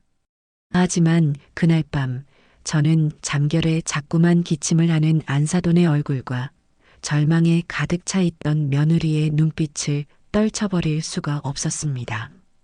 며느리가 비틀거리며 떠나간 자리에는 그 아이가 남기고 간 깊은 절망의 흔적과 함께 어색하고 무거운 침묵만이 남았습니다. 저는 한참 동안이나 그 아이가 사라진 흙길 끝을 바라보며 우두커니 서 있었습니다. 독한 말을 쏟아내고 매몰차게 돌아섰지만 제 마음은 어찌된 일인지 조금도 후련하지 않았습니다. 오히려 차갑게 식은 아궁이에 찬물을 한 바가지 들이부은 것처럼 싸늘한 냉기만이 온몸으로 퍼져나가는 듯 했습니다. 나와는 상관없는 일이다. 뿌린 대로 거두는 법이지. 머릿속으로는 수없이 되뇌었지만 제 가슴은 그 말을 온전히 받아들이지 못하고 있었습니다. 저는 애써 아무렇지 않은 척 일상으로 돌아가려 노력했습니다. 밀린 택배 상자를 마저 포장하고 저녁을 짓기 위해 텃밭으로 나가 시든 깻잎을 땄습니다.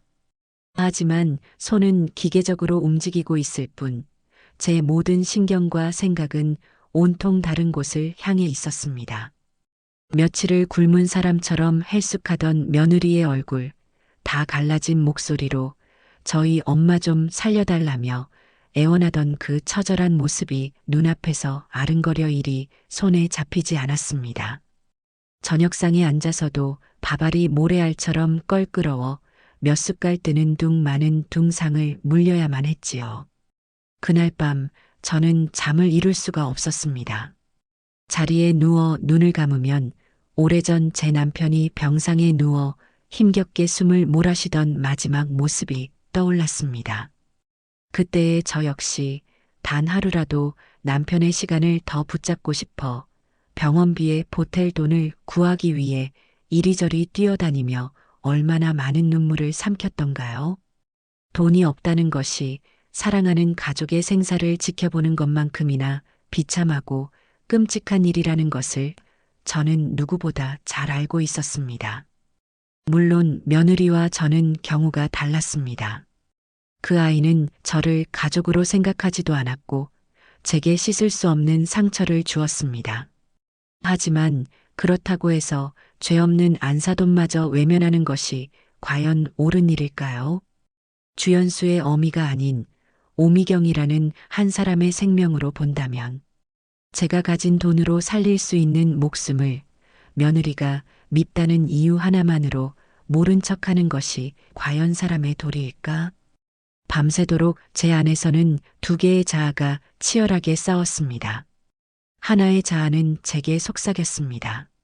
내가 왜? 너는 아무 잘못 없다. 이제 겨우 찾은 내 평화를 지켜야지. 저들의 진흙탕 싸움에 다시 발을 들여놓는 순간 너는 또다시 상처 입고 불행해질 뿐이야. 그 아이는 결코 변하지 않아. 하지만 다른 하나의 자아는 조용히 그러나 단호하게 말했습니다. 그래도 사람 목숨이다. 내가 평생을 지켜온 신념과 도리를 고작 며느리에 대한 미움 때문에 저버릴 셈이냐. 복수는 복수고 인명은 인명이다. 이 일을 외면한다면 너는 평생 그 죄책감의 무게를 지고 살아야 할 것이다. 뜬 눈으로 밤을 새우고 동틀녘의 희미한 여명을 창밖으로 바라보며 저는 결심했습니다. 이 괴로운 불확실성을 끝내야만 했습니다. 며느리의 말이 진실인지 아니면 제 동정심을 얻어내기 위한 거짓말인지 그것부터 확인해야 했습니다. 만약 거짓이라면 저는 이 지긋지긋한 인연의 끈을 한치의 미련도 없이 잘라낼 수 있을 터였습니다. 그리고 만약에 그것이 사실이라면 그 후의 일은 그때 가서 다시 결정하기로 마음먹었습니다. 문제는 확인 방법이었습니다. 며느리나 아들에게 직접 연락을 할 수는 없는 노릇이었습니다. 고민 끝에 몇 년간 한 번도 누르지 않았던 안사돈의 전화번호를 찾아냈습니다. 저는 몇 번이나 망설이다 큰 마음을 먹고 수화기를 들었습니다. 어색한 첫 인사를 나누고 한참이나 날씨 이야기며 농사 이야기를 나누며 안부를 물었습니다. 그리고는 최대한 자연스럽게 마치 안사돈 생각이 나서 전화한 것처럼 이야기를 꺼냈습니다. 제가 요즘 집에서 된장이랑 고추장을 담가서 팔고 있는데 문득 안사돈 생각이 나지 않겠어요. 맛이나 한번 보시라고 보내드릴까 하는데 혹시 요즘 건강은 어떠신지요? 제 말에 수화기 너머의 목소리가 순간 무겁게 가라앉았습니다. 그리고 이어진 대답은 제 가슴을 서늘하게 만들었습니다. 아이고, 사부인 아직 소식 못 들으셨나 보네요. 저는 병원에 있어요. 시내 종합병원 중환자실에요. 몸이 아주 안 좋아요. 저는 애써 태어난 척 떨리는 목소리로 되물었습니다. 병원이라니요? 중환자실은 왜요? 어디가 편찮으시다는 말씀입니까? 폐암이라지 뭐예요. 그것도 아주 늦게 발견해서 의사가 손쓰기 힘들다고 마음의 준비를 하라고 했다는 모양이에요. 돈만 있으면 어떻게든 큰 병원으로 옮겨서 수술이라도 받아볼 텐데 딸내미 사는 게 영 여의치가 않은 모양이더라고요. 홀로 딸 하나만 보고 살아왔는데 제 인생도 참 한심합니다. 전화를 끊고 나서도 저는 한참 동안이나 수화기를 손에 쥔 채 움직일 수가 없었습니다. 온몸의 피가 차갑게 식는 기분이었습니다. 며느리의 말은 단 하나의 거짓도 없는 명백한 사실이었습니다. 아니, 제가 생각했던 것보다 상황은 훨씬 더 위급하고 절망적이었습니다. 이제 저는 더 이상 혹시나 하는 의심 뒤에 숨을 수가 없었습니다. 진실이라는 거대한 벽이 제 앞에 거대한 산처럼 버티고 서 있었습니다. 이제 저는 선택을 해야만 했습니다. 이대로 돌아서서 나의 평화를 지킬 것인가, 아니면 저 산을 넘어가 한 사람의 생명을 구할 것인가. 그날 이후 며칠 동안 저는 아무 일도 하지 못하고 방 안에만 틀어박혀 있었습니다. 밥맛도 없었고 잠도 오지 않았습니다. 며느리에 대한 증오와 분노, 안사돈에 대한 연민, 그리고 제 자신에 대한 끝없는 질문들이 머릿속에서 뒤엉켜 저를 괴롭혔습니다. 제가 여기서 돈을 내어준다면 분명 며느리는 얼마 지나지 않아 또 다른 핑계를 대며 제게 손을 벌릴 것입니다. 한번 열린 수문은 걷잡을 수 없이 터져나와 결국 제 삶의 평화를 모두 휩쓸고 가버릴지도 모릅니다. 하지만 이대로 모른 척한다면 돈이 없어 죽어가는 사람을 외면했다는 그 끔찍한 죄책감을 제 남은 인생 동안 감당할 수 있을까요? 그러다 문득 이런 생각이 들었습니다. 이것은 주연수를 위한 일이 아니다. 이것은 죄 없는 오미경 씨를 위한 일이며 동시에 나 자신을 위한 일이 되어야 한다. 며느리를 용서할 수는 없었습니다. 하지만 한 사람의 생명을 구하는 것은 그 모든 미움과 원망보다 더 위에 있는 가치여야만 했습니다. 그래, 도와주자. 하지만 철저히 내 방식으로. 이 도움으로 인해 며느리와 다시 엮이는 일은 없어야 한다. 그 아이가 이 일을 빌미로 내게 더 이상 기대거나 의지하게 만들어서는 안 된다. 이것은 나의 선행이지 그 아이의 권리가 되어서는 절대 안 된다. 모든 결심이 서자 어지럽던 마음이 오히려 차분하게 가라앉았습니다. 저는 자리에서 일어나 제 사업 자금을 관리하던 통장을 꺼냈습니다. 그리고 인터넷으로 안사돈이 입원해 있다는 병원의 원목과 전화번호를 찾아냈습니다. 떨리는 손으로 번호를 누르자 얼마 지나지 않아 젊은 여직원의 목소리가 들려왔습니다. 네, 주원 종합병원 원무과입니다. 무엇을 도와드릴까요? 수고 많으십니다. 다름이 아니라 기원에 입원 중인 환자의 병원비를 납부하고 싶어서요. 네, 환자분 성함과 등록번호를 말씀해 주시겠어요? 가족분 되시나요? 환자 이름은 오미경입니다. 그리고 저는 가족이 아닙니다. 익명의 기부자로서 병원비를 전액 대납하고 싶습니다. 제 말에 직원은 잠시 당황한 듯 말이 없었습니다. 저는 차분하지만 단호한 목소리로 말을 이었습니다. 오미경 환자의 수술에 필요한 모든 비용과 이후 치료에 필요한 비용까지 제가 모두 부담하겠습니다. 총액이 얼마나 되는지 알려주시면 지금 바로 송금해드리겠습니다. 저 잠시만요.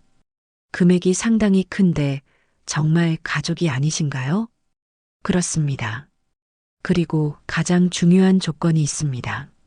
제 신원은 그 누구에게도 특히 환자나 그 가족들에게는 절대 알려져서는 안 됩니다.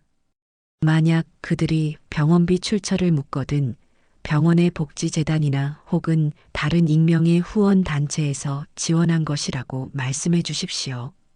약속해 주실 수 있겠습니까? 제 단호한 태도에 직원도 더는 묻지 않고 잠시 후 필요한 총액을 알려주었습니다. 제가 평생 만져본 적 없는 큰 돈이었지만 이상하게도 조금도 아깝다는 생각은 들지 않았습니다.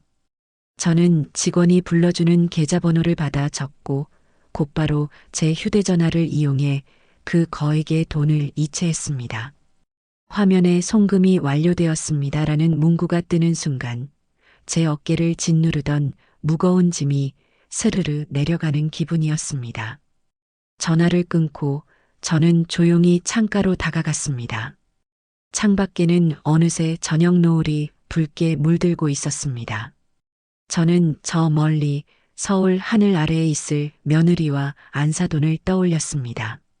저는 그들의 삶에 보이지 않는 손길로 아주 깊숙이 개입했습니다. 하지만 그것은 그들을 제 삶 안으로 다시 끌어들이기 위함이 아니었습니다. 오히려 그들을 제 삶 밖으로 완전히 밀어내고 저 자신 역시 그들에 대한 마음의 빚에서 완전히 자유로워지기 위한 저만의 마지막 의식이었습니다. 이제 제가 할 일은 모두 끝났습니다. 저는 그저 한 생명이 무사히 살아나기만을 조용히 기도할 뿐이었습니다. 제가 안사돈의 병원비를 남몰래 해결한 후 시간은 묵묵히 그러나 성실하게 흐르며 계절의 옷을 갈아입혔습니다. 저는 다시 시골의 고요하고 평온한 일상으로 완벽하게 돌아왔고 서울에 두고 온 그 지긋지긋한 인연들로부터는 그 어떤 소식도 들려오지 않았습니다. 저는 그것을 좋은 신호로 받아들였습니다.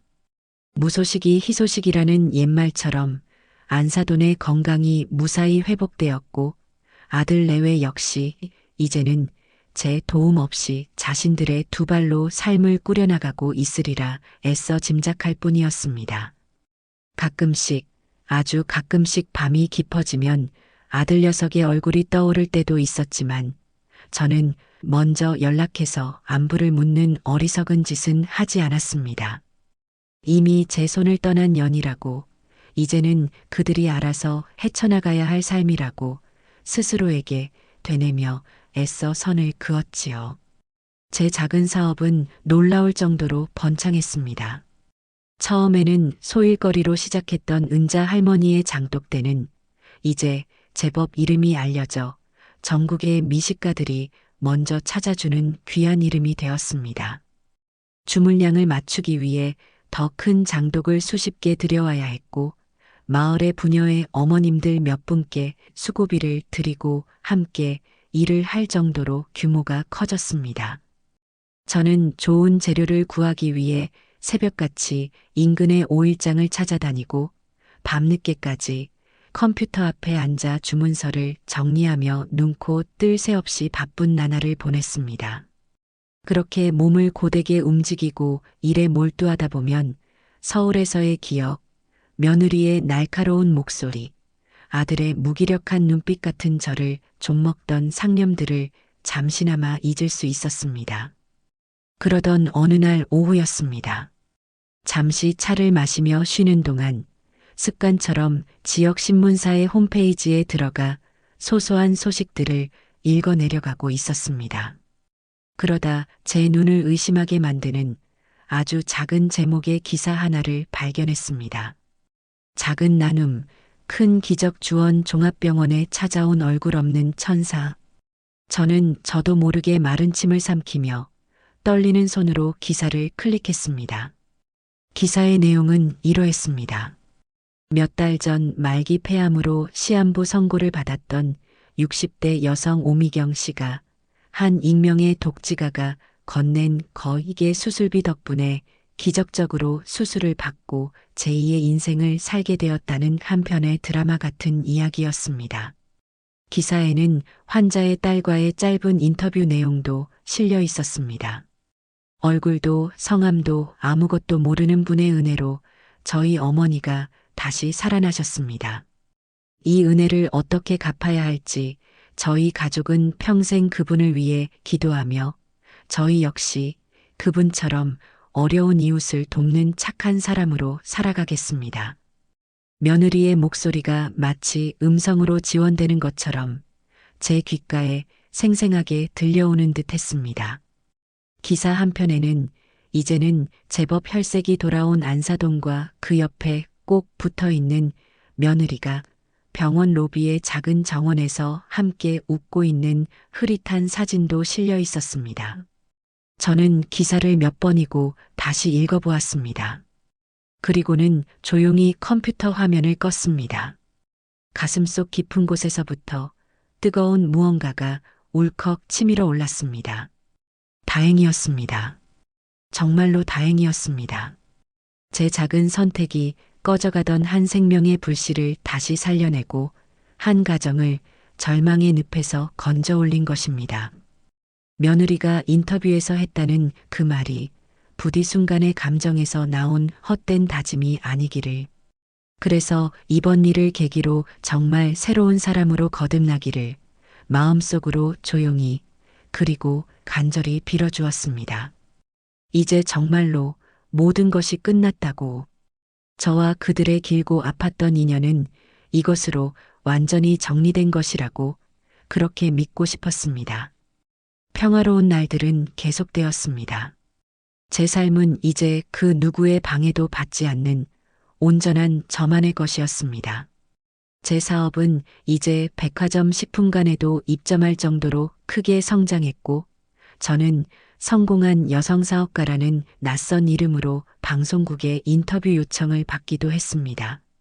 물론 저는 그런 요란한 자리는 모두 정중히 사양했습니다. 제가 원했던 것은 돈이나 명예가 아닌 그저 제 손으로 무언가를 일구고 그것으로 다른 사람들에게 기쁨을 주며 제 남은 인생을 조용하고 평온하게 살아가는 것, 그것뿐이었으니까요. 하지만 삶이란 잔잔한 호수 같다가도 예고 없이 어디선가 날아온 돌멩이 하나에 큰 파문을 일으키는 법이더군요. 그토록 바라던 평화가 영원할 것이라 믿었던 어느 늦가을 아침, 제 휴대전화가 요란하게 울렸습니다. 발신자 번호는 제가 저장해두지 않은 낯선 서울 지역 번호였습니다. 또 광고 전화려니 하고 무시하려다 혹시나 하는 마음에 전화를 받았습니다. 여보세요? 네, 여보세요. 혹시 김은자 선생님 되십니까? 수화기 너머에서는 제가 기억하지 못하는 점지만 아주 차분하고 정중한 남자의 목소리가 들려왔습니다. 제가 김은자 맞습니다만 실례지만 누구시죠? 아, 저는 주원 종합병원 사회사업팀의 이진우라고 합니다. 선생님, 기억하실지 모르겠습니다. 다름이 아니라 작년 가을에 저희 병원 환자이셨던 오미경 님을 위해 익명으로 기부해 주신 일 때문에 부득이하게 연락을 드리게 되었습니다. 심장이 철렁 내려앉았습니다. 잊고 있던 이름, 애써 묻어두었던 기억이었습니다. 병원에서 제게 연락을 하다니요. 제 신원은 철저히 비밀에 붙여달라고 그렇게 신신당부했는데 대체 무슨 일이 생긴 것인가 싶어 덜컥 겁이 났습니다. 무슨 일이시죠? 제 신원은 어떤 경우에도 밝히지 않기로 약속하지 않으셨습니까? 네, 정말 죄송합니다, 선생님. 저희도 선생님의 고귀한 뜻을 존중하여 내부적으로 선생님의 정보를 극비리에 관리하고 있었습니다. 저희가 이렇게 약속을 어기고 연락을 드리게 된 것은 저희로서도 어찌할 수 없는 매우 위급하고 안타까운 상황이 발생했기 때문입니다. 오미경 환자분께서 얼마 전 건강이 다시 악화되어 저희 병원에 재입원하셨습니다. 예상치 못한 소식이었습니다. 건강을 완전히 회복했다던 안사돈이 다시 쓰러졌다니요. 수술 후유증으로 인한 폐렴 합병증이 아주 심각하게 찾아왔습니다. 지금 당장 집중적인 항생제 치료와 추가적인 시술이 병행되어야만 하는 위급한 상황입니다. 하지만 선생님께서도 짐작하시겠지만 보호자 측에서는 더 이상 병원비를 감당할 경제적 능력이 전혀 없는 상태입니다. 저희 병원의 복지재단 기금 역시 다른 중증 환자들에게 모두 소진되어 더 이상의 지원이 어려운 실정이고요. 사회복지사의 목소리는 깊은 안타까움과 무력감에 젖어 있었습니다. 그래서 정말 염치 없고 면목 없는 부탁인 줄 알지만 저희가 기댈 수 있는 마지막 희망은 선생님뿐이라는 생각에 혹시 아주 조금이라도 좋으니 도움을 더 주실 수 있는지 여쭈어 보기 위해 이렇게 연락을 드리게 되었습니다. 물론 절대 강요하는 것은 아닙니다. 저희의 연락이 불편하셨다면 그저 잊어버리셔도 괜찮습니다. 그저 환자의 상태가 너무나 위급하여 지푸라기라도 잡는 심정으로 저는 아무 말도 할 수가 없었습니다. 끊어졌다고 굳게 믿었던 인연의 끈이 사실은 끊어진 것이 아니라 아슬아슬하게 이어져 있다가 다시 제 발목을 단단히 휘감아오는 기분이었습니다. 거절해야 마땅했습니다. 저는 이미 할 만큼 했습니다. 한 번의 도움으로 족하다. 이제는 하늘의 뜻에 맡기는 수밖에 없다. 머릿속으로는 수없이 외면하려 했지만 제 마음은 이미 서울의 그 차가운 병실에 누워 고통받고 있을 안사돈의 얼굴을 그리고 있었습니다. 이대로 모른 척한다면 저는 평생 그때 한 번만 더 도와주었더라면 하는 후회와 죄책감의 굴레에서 벗어날 수 없을 것 같았습니다. 알겠습니다. 제가 내일 병원으로 직접 가보겠습니다. 결국 제 입에서는 제 의지와는 다른 대답이 흘러나오고 말았습니다. 전화를 끊고 저는 한참 동안이나 그 자리에 못 박힌 듯 앉아 있었습니다. 어쩌면 이것이 정말로 이 지긋지긋한 인연을 끊어내기 위한 마지막 관문일지도 모른다. 이 일을 온전히 마무리 짓지 않으면 저는 평생 이 굴레에서 벗어날 수 없을지도 모른다. 저는 자리에서 일어나 다음 날 서울로 올라갈 채비를 말없이 시작했습니다. 다음 날 오후 저는 복잡하고 무거운 마음을 안고 1년 만에 다시 그 병원을 찾았습니다. 곧장 원무과가 아닌 약속된 사회사업팀 사무실로 찾아가니 어제 통화했던 이진우라는 젊은 직원이 저를 맞았습니다. 그는 저를 보자마자 죄송하다는 말을 몇 번이나 반복하며 작은 상담실로 안내했습니다. 저는 그의 사과를 가로막고 곧바로 본론을 물었습니다. 환자의 상태는 어떻습니까? 그리고 필요한 비용은 정확히 얼마나 됩니까? 직원은 안사돈의 현재 상태와 앞으로의 치료 계획 그리고 예상되는 비용이 상세하게 적힌 서류를 제게 보여주었습니다. 금액은 지난번 수술비만큼이나 부담스러운 액수였습니다. 저는 잠시 서류를 들여다보다가 조용히 고개를 끄덕였습니다. 알겠습니다. 제가 모두 부담하겠습니다. 그러니 다른 것은 신경 쓰지 마시고 환자 치료에 최선을 다해 주십시오. 그리고 다시 한번 말씀드리지만 제 신원은 반드시 비밀로 해주셔야 합니다. 이것이 제 마지막 부탁입니다. 네, 선생님. 정말 뭐라고 감사의 말씀을 드려야 할지 모르겠습니다. 저희가 꼭 약속을 지키겠습니다. 잠시만 기다려 주시면 관련 서류를 준비해 오겠습니다. 직원이 잠시 자리를 비운 사이 저는 상담실 의자에 깊숙이 몸을 묻고 눈을 감았습니다. 이것으로 끝이다. 이제 정말로 끝이야. 그렇게 스스로에게 되뇌고 있었습니다. 제가 막 서류에 서명을 하고 결제를 위해 카드를 꺼내려는데 바로 그 순간이었습니다. 상담실 문이 벌컥 열리며 헬쑥하고 다급한 얼굴의 며느리가 거의 울다시피 하며 뛰어들어왔습니다. 선생님, 제발 저희 엄마 좀 어떻게든 안 될까요? 제가 뭐든지 다 할게요. 제가 평생 일해서 갚을게요. 제발 저희 엄마 좀 살려주세요. 며느리는 상담실 안쪽에 앉아 있는 저를 미처 발견하지 못한 채 사회복지사에게 매달려 절박하게 울부짖고 있었습니다. 저는 저도 모르게 몸을 움츠렸습니다. 하필이면 바로 이 순간에 바로 이 공간에서 마주치다니. 저는 고개를 숙여 제 모습을 감추려 했습니다. 하지만 저를 난처하게 만들고 싶지 않았던, 그리고 며느리를 빨리 안심시키고 싶었던 사회복지사의 그 선한 배려가 오히려 모든 것을 최악의 상황으로 만들어버리고 말았습니다. 보호자분, 잠시만 진정하세요. 너무 걱정하지 않으셔도 됩니다. 방금 아주 좋은 소식이 생겼습니다. 사회복지사는 며느리를 안심시키기 위해 제 쪽을 손으로 환하게 가리키며 말했습니다. 여기 앉아 계신 이 고마우신 분께서 지난번에 이어 이번 치료비까지 전액 지원해 주시기로 방금 약속해 주셨습니다. 이분께서 바로 오미경 환자분의 익명의 후원자이십니다. 그 말에 며느리의 울음소리가 거짓말처럼 뚝 그쳤습니다. 그리고는 천천히 마치 녹슨 기계처럼 삐걱거리며 고개를 돌려 상담실 구석에 앉아 있는 저를 바라보았습니다.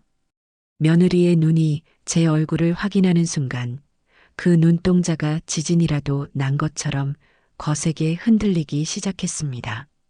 시간은 멈췄고 공기는 얼어붙었습니다. 며느리의 파르르 떨리는 입술 사이로 이 세상의 모든 소리를 집어삼킬 듯한 단 한마디의 말이 새어나왔습니다. 어머니, 그 한마디와 함께 제가 그토록 지키고 싶었던 모든 비밀과 경계가 산산이 부서져 내리고 말았습니다. 방금 그게 무슨 말씀이세요?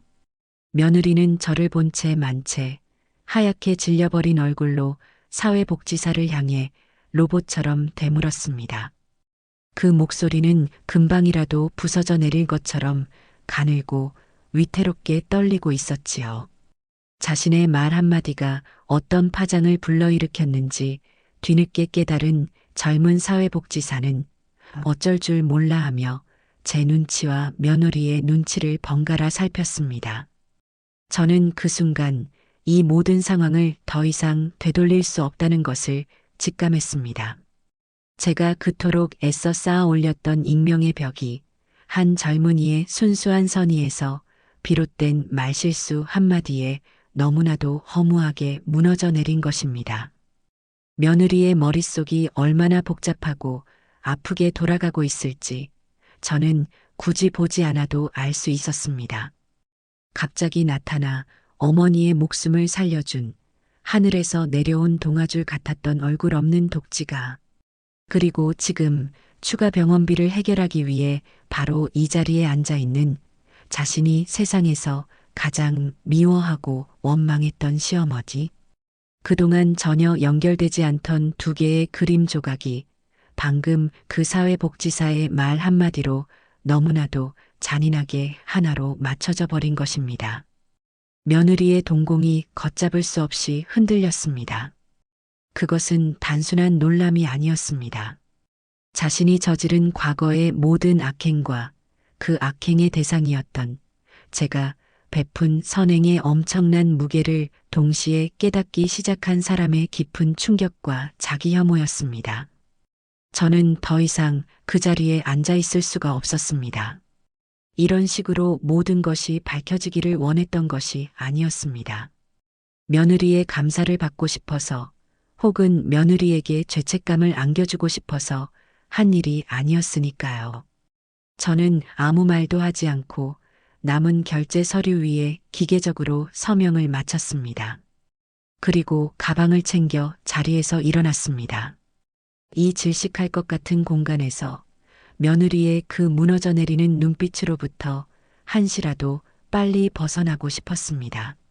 어머니, 제 등 뒤에서 며느리가 저를 부르는 절박한 목소리가 들려왔지만 저는 걸음을 멈추지 않았습니다. 지금은 그 어떤 말도 섞고 싶지 않았습니다. 무슨 말을 할 수 있었겠습니까? 그래, 내가 네 어미를 살려준 사람이다라고 말하며 거들먹거릴 수도 없는 노릇이고, 이건 그냥 잊어버려라라고 말하며 위선을 떨 수도 없는 노릇이었습니다. 저는 며느리를 스쳐 지나 거의 도망치듯 상담실을 빠져나왔습니다. 병원의 길고 하얀 복도를 걸어나가는 내내 등 뒤에 꽂히는 며느리의 시선이 마치 수백 개의 날카로운 바늘이 되어 제 온몸을 찌르는 듯 아프게 느껴졌습니다. 모든 것이 엉망이 되어버렸습니다. 제가 계획했던 조용한 선행은 이제 걷잡을 수 없는 감정의 폭풍을 예고하고 있었습니다. 그날 저녁 저는 시골집으로 돌아와 멍하니 앉아 있었습니다. 불도 켜지 않은 채 짙은 어둠이 내려앉은 방 안에 홀로 앉아 있으니 온갖 생각들이 저를 괴롭혔습니다. 며느리는 따라오지 않았습니다. 어쩌면 모든 것을 알게 된 지금 저를 찾아와 용서를 빌기는커녕 오히려 저를 원망하고 있을지도 모릅니다. 자신의 비참하고 무능한 현실을 두 눈으로 똑똑히 확인시켜준 제가 값싼 동정심으로 자신을 농락하고 기만했다고 생각할 수도 있겠지요. 차라리 그것이 더 나을지도 모른다고 생각했습니다. 저를 원망하고 미워하며 다시는 제 앞에 나타나지 않는 것. 그것이야말로 제가 진정으로 바라는 결말이었으니까요. 밤이 깊어지고 창밖으로 차가운 밤이슬이 맺히는 소리가 들려왔습니다. 저는 무거운 몸을 이끌고 잠자리에 들 준비를 하고 있었습니다. 그때였습니다. 마당에서 희미하게 그러나 분명하게 바스락거리며 흙을 밟는 소리가 들려왔습니다. 저는 순간 가슴이 철렁 내려앉아 조심스럽게 창문의 커튼을 살짝 젖히고 밖을 내다보았습니다. 그리고 그 자리에 얼어붙고 말았습니다. 어둠이 짙게 내려앉은 마당 한가운데 며느리가 웅크리고 있었습니다. 병원에서 입고 있던 그 얇고 낡은 옷차림 그대로 언제부터 와 있었는지 모를 그 아이는 딱딱하고 차가운 흙바닥 위에 이마를 대고 엎드려 있었습니다. 마치 이 세상의 모든 죄를 짊어지고 벌을 받는 죄인처럼 미동도 없이. 저는 잠시 망설이다 두꺼운 외투를 걸치고 마루로 나갔습니다. 제가 나온 것을 분명히 보았을 텐데도 며느리는 고개를 들지 않았습니다. 그저 꽁꽁 언 어깨를 가늘게 떨며 알아들을 수 없는 소리로 흐느낄 뿐이었습니다. 여기서 뭘 하고 있는 것이냐? 밤공기가 차다. 어서 돌아가거라. 제 목소리에 며느리는 마치 오랫동안 단단하게 막혀있던 둑이 한꺼번에 터져 나온 것처럼 땅바닥에 엎드린 채로 목 놓아 불기 시작했습니다. 그 울음은 제가 지금까지 들어왔던 어떤 울음과도 달랐습니다. 억울함이나 분노 혹은 무언가를 얻어내기 위한 계산된 울음이 아니었습니다. 자신의 지난 삶 전체를 후회하고 부정하며 자신의 영혼을 갈기갈기 찢어내는 처절하고 고통스러운 참회의 소리였습니다. 어머니, 제가 잘못했습니다. 제가 사람이 아니었습니다. 며느리는 흙바닥에 이마를 찧어가며 말을 잇지 못하고 오열했습니다. 저는 어머니가 저희를 버리시고 저희가 잘못되는 걸 바라실 거라고만 생각했어요. 그래서 어머니를 원망하고 미워하는 게 당연하다고 생각했어요. 그런데 어떻게 인간 같지도 않은 제게 그런 도움을, 저희 엄마에게 그런 큰 돈을 아무 대가도 바라지 않으시고. 어머니, 제가 무슨 짓을 한 걸까요? 저는 대체. 그 아이의 울음 섞인 고백 한마디 한마디가 제 가슴 속에 수년간 단단하게 박혀있던 미움과 분노의 얼음을 날카로운 망치처럼 깨뜨려 나갔습니다. 저는 더 이상 그 아이를 차가운 땅바닥에 내버려 둘 수가 없었습니다. 마루를 내려가 꽁꽁 얼어붙은 며느리의 팔을 잡아 일으켰습니다. 그만하거라. 그만하면 됐다. 일어나거라. 어머니, 저는 용서받을 자격이 없습니다. 저를 그냥 이대로 내버려 두세요. 용서하겠다는 말이 아니다. 다만 네가 오늘 밤 이 차가운 땅바닥에서 흘린 이 눈물의 의미를 안다면 그것으로 족하다는 말이다. 일어나거라. 저는 거의 반강제로 며느리를 부축해 흙투성이가 된 몸을 이끌고 집 안으로 들였습니다. 그리고는 아궁이에 서둘러 불을 지펴 꽁꽁 언 며느리의 몸을 녹일 따뜻한 물을 데우기 시작했습니다. 며느리는 방 한구석에 무릎을 꿇고 앉아 고개도 들지 못한 채 조용히 눈물만 흘리고 있었습니다. 저는 며느리에게 따뜻한 생강차 한 잔을 진하게 타서 건넸습니다. 마셔라. 몸이 좀 녹을 것이다. 며느리는 떨리는 손으로 찻잔을 받아들었습니다. 우리는 한참 동안 아무 말도 하지 않았습니다. 방 안에는 타닥타닥 아궁이의 장작 타는 소리와 찻잔에서 피어오르는 희미한 김의 움직임만이 고요하게 존재할 뿐이었습니다. 길고 길었던 침묵을 먼저 깬 것은 저였습니다. 나는 너를 완전히 용서한 것이 아니다. 어쩌면 평생 내가 내게 주었던 그 깊은 상처들을 완전히 잊지는 못할 게다. 며느리가 고개를 들어 저를 바라보았습니다. 그 눈에는 더 이상 원망이나 변명이 없었습니다. 그저 제 말을 묵묵히 받아들이는 깊은 슬픔만이 담겨 있었습니다. 하지만 나는 내 자신을 용서하기로 했다. 내 아들의 어미로서, 그리고 이 땅을 살아가는 한 인간으로서 눈앞에서 꺼져가는 사람의 목숨을 외면했다는 그 끔찍한 죄책감을 짊어지고 싶지 않았다. 그래서 한 일이다. 그러니 너는 내게 빚을 졌다고 생각하며 괴로워할 필요 없다. 아니요, 어머니, 저는 어머니께 평생을 바쳐도 다 갚지 못할 빚을 졌습니다. 돈이 아니라 제 더러웠던 삶을 구원해 주신 마음의 빚을요. 며느리는 찻잔을 조용히 내려놓고 제 앞에 다시 한번 깊이 고개를 숙였습니다. 어머니, 부디 기회를 한 번만 주세요. 제가 앞으로 어떻게 살아가는지 제발 멀리서라도 지켜봐 주세요. 어머니께 받은 이 헤아릴 수 없는 은혜를 평생 잊지 않고 올바른 사람으로, 부끄럽지 않은 사람으로 살아가는 모습을 보여드리고 싶습니다. 그 눈빛은 제가 지금까지 단 한 번도 본 적 없는 맑고 투명하며 진실된 빛으로 가득 차 있었습니다. 저는 그 눈빛을 더 이상 외면할 수가 없었습니다. 저는 조용히 고개를 끄덕였습니다. 그것은 완벽한 화해나 섣부른 용서는 아니었습니다. 하지만 길고 어두웠던 터널의 끝에서 저희 두 사람이 함께 내디딘 아주 작지만 너무나도 소중한 희망의 첫걸음이었습니다. 그날 밤 제 집에서 뜬 눈으로 밤을 새우고 돌아간 며느리는 마치 오랜 시간 자신을 올가매고 있던 두껍고 추한 허물을 벗어던진 것처럼 놀라울 정도로 달라져 있었습니다. 그 아이는 더 이상 과거의 허영심 많고 이기적이던 주연수가 아니었습니다.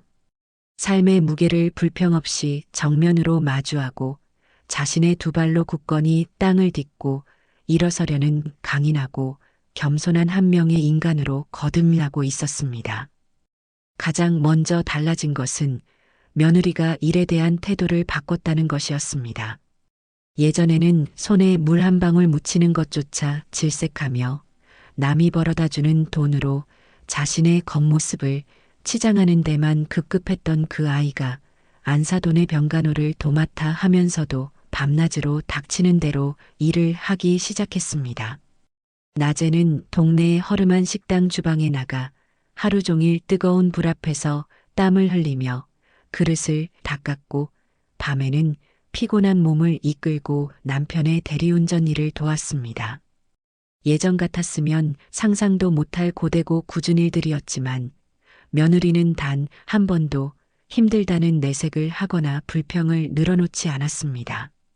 오히려 땀 흘려 번 돈을 손에 쥘 때마다 그 돈에 담긴 무게와 가치를 비로소 깨달아가는 듯 숙연한 표정을 짓곤 했습니다. 그렇게 번 돈으로는 퇴원한 안사돈의 약값을 대고 남은 생활비를 꾸려나갔습니다.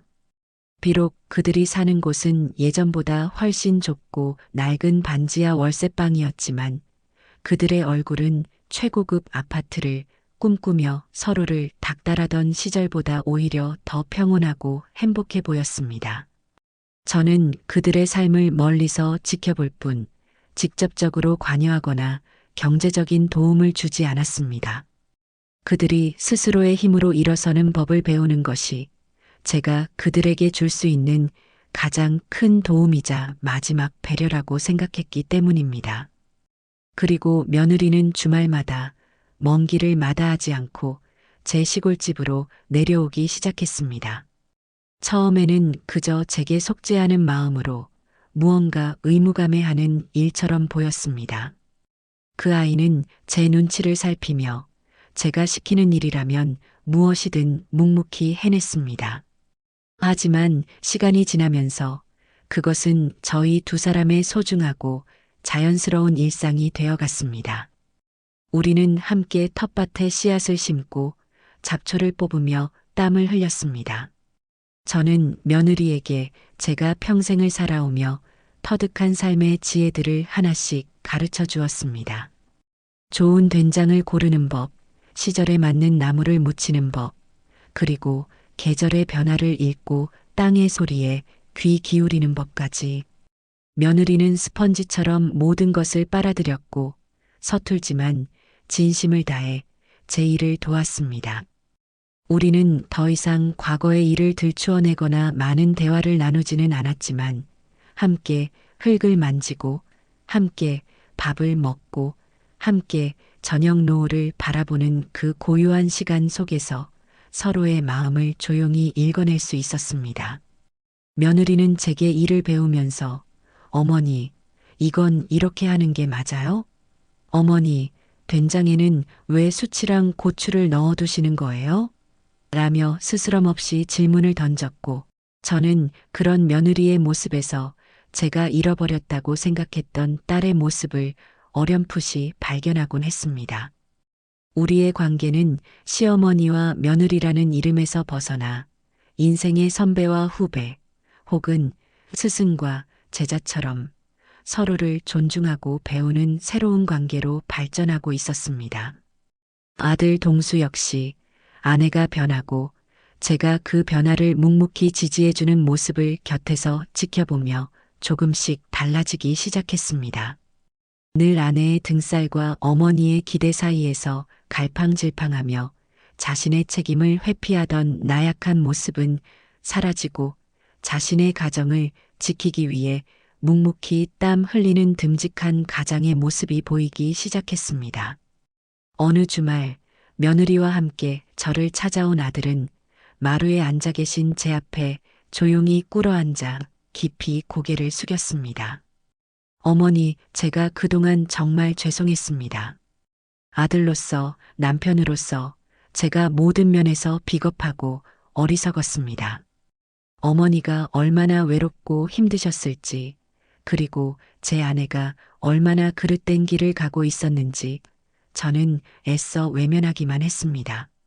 어머니와 연수, 두 사람 모두를 가장 힘들게 한 것은 바로 저였습니다. 이제라도 늦었지만 제대로 된 아들이자 남편으로 그리고 한 명의 책임감 있는 어른으로 살아가겠습니다. 부디 용서해 주세요, 어머니. 아들은 말을 잇지 못하고 눈물을 흘렸습니다. 저는 조용히 아들의 어깨를 감싸 안았습니다. 이제라도 알았으면 됐다. 지난 날을 후회하며 사는 것보다 앞으로의 날들을 더 성실하고 정직하게 살아가는 것이 더 중요한 법이다. 네 아내의 손을 꼭 잡고 네 가정을 굳건히 지키는 가장이 되어라. 그것이 내게 하는 가장 큰 효도다. 아들은 제 품에 안겨 한참을 어린아이처럼 울었습니다. 저는 아들의 등을 가만히 토닥여주며 비로소 저희 가족의 길고 아팠던 상처가 깨끗하게 아물기 시작했다는 것을 느꼈습니다. 저는 그들의 변화를 묵묵히 지켜보며 이것이야말로 제가 그토록 바라던 진정한 복수이자 가장 완벽하고 따뜻한 용서라는 것을 깨달았습니다. 어느덧 시간이 흘러 안사돈이 퇴원하고 처음 맞는 어버이날이 찾아왔습니다. 그날 오후 아들 내외가 작은 카네이션 바구니와 함께 저를 찾아왔습니다. 우리는 마당의 평상에 둘러앉아 며느리가 새벽부터 일어나 서툰 솜씨로 직접 차려온 음식들을 나누어 먹었습니다.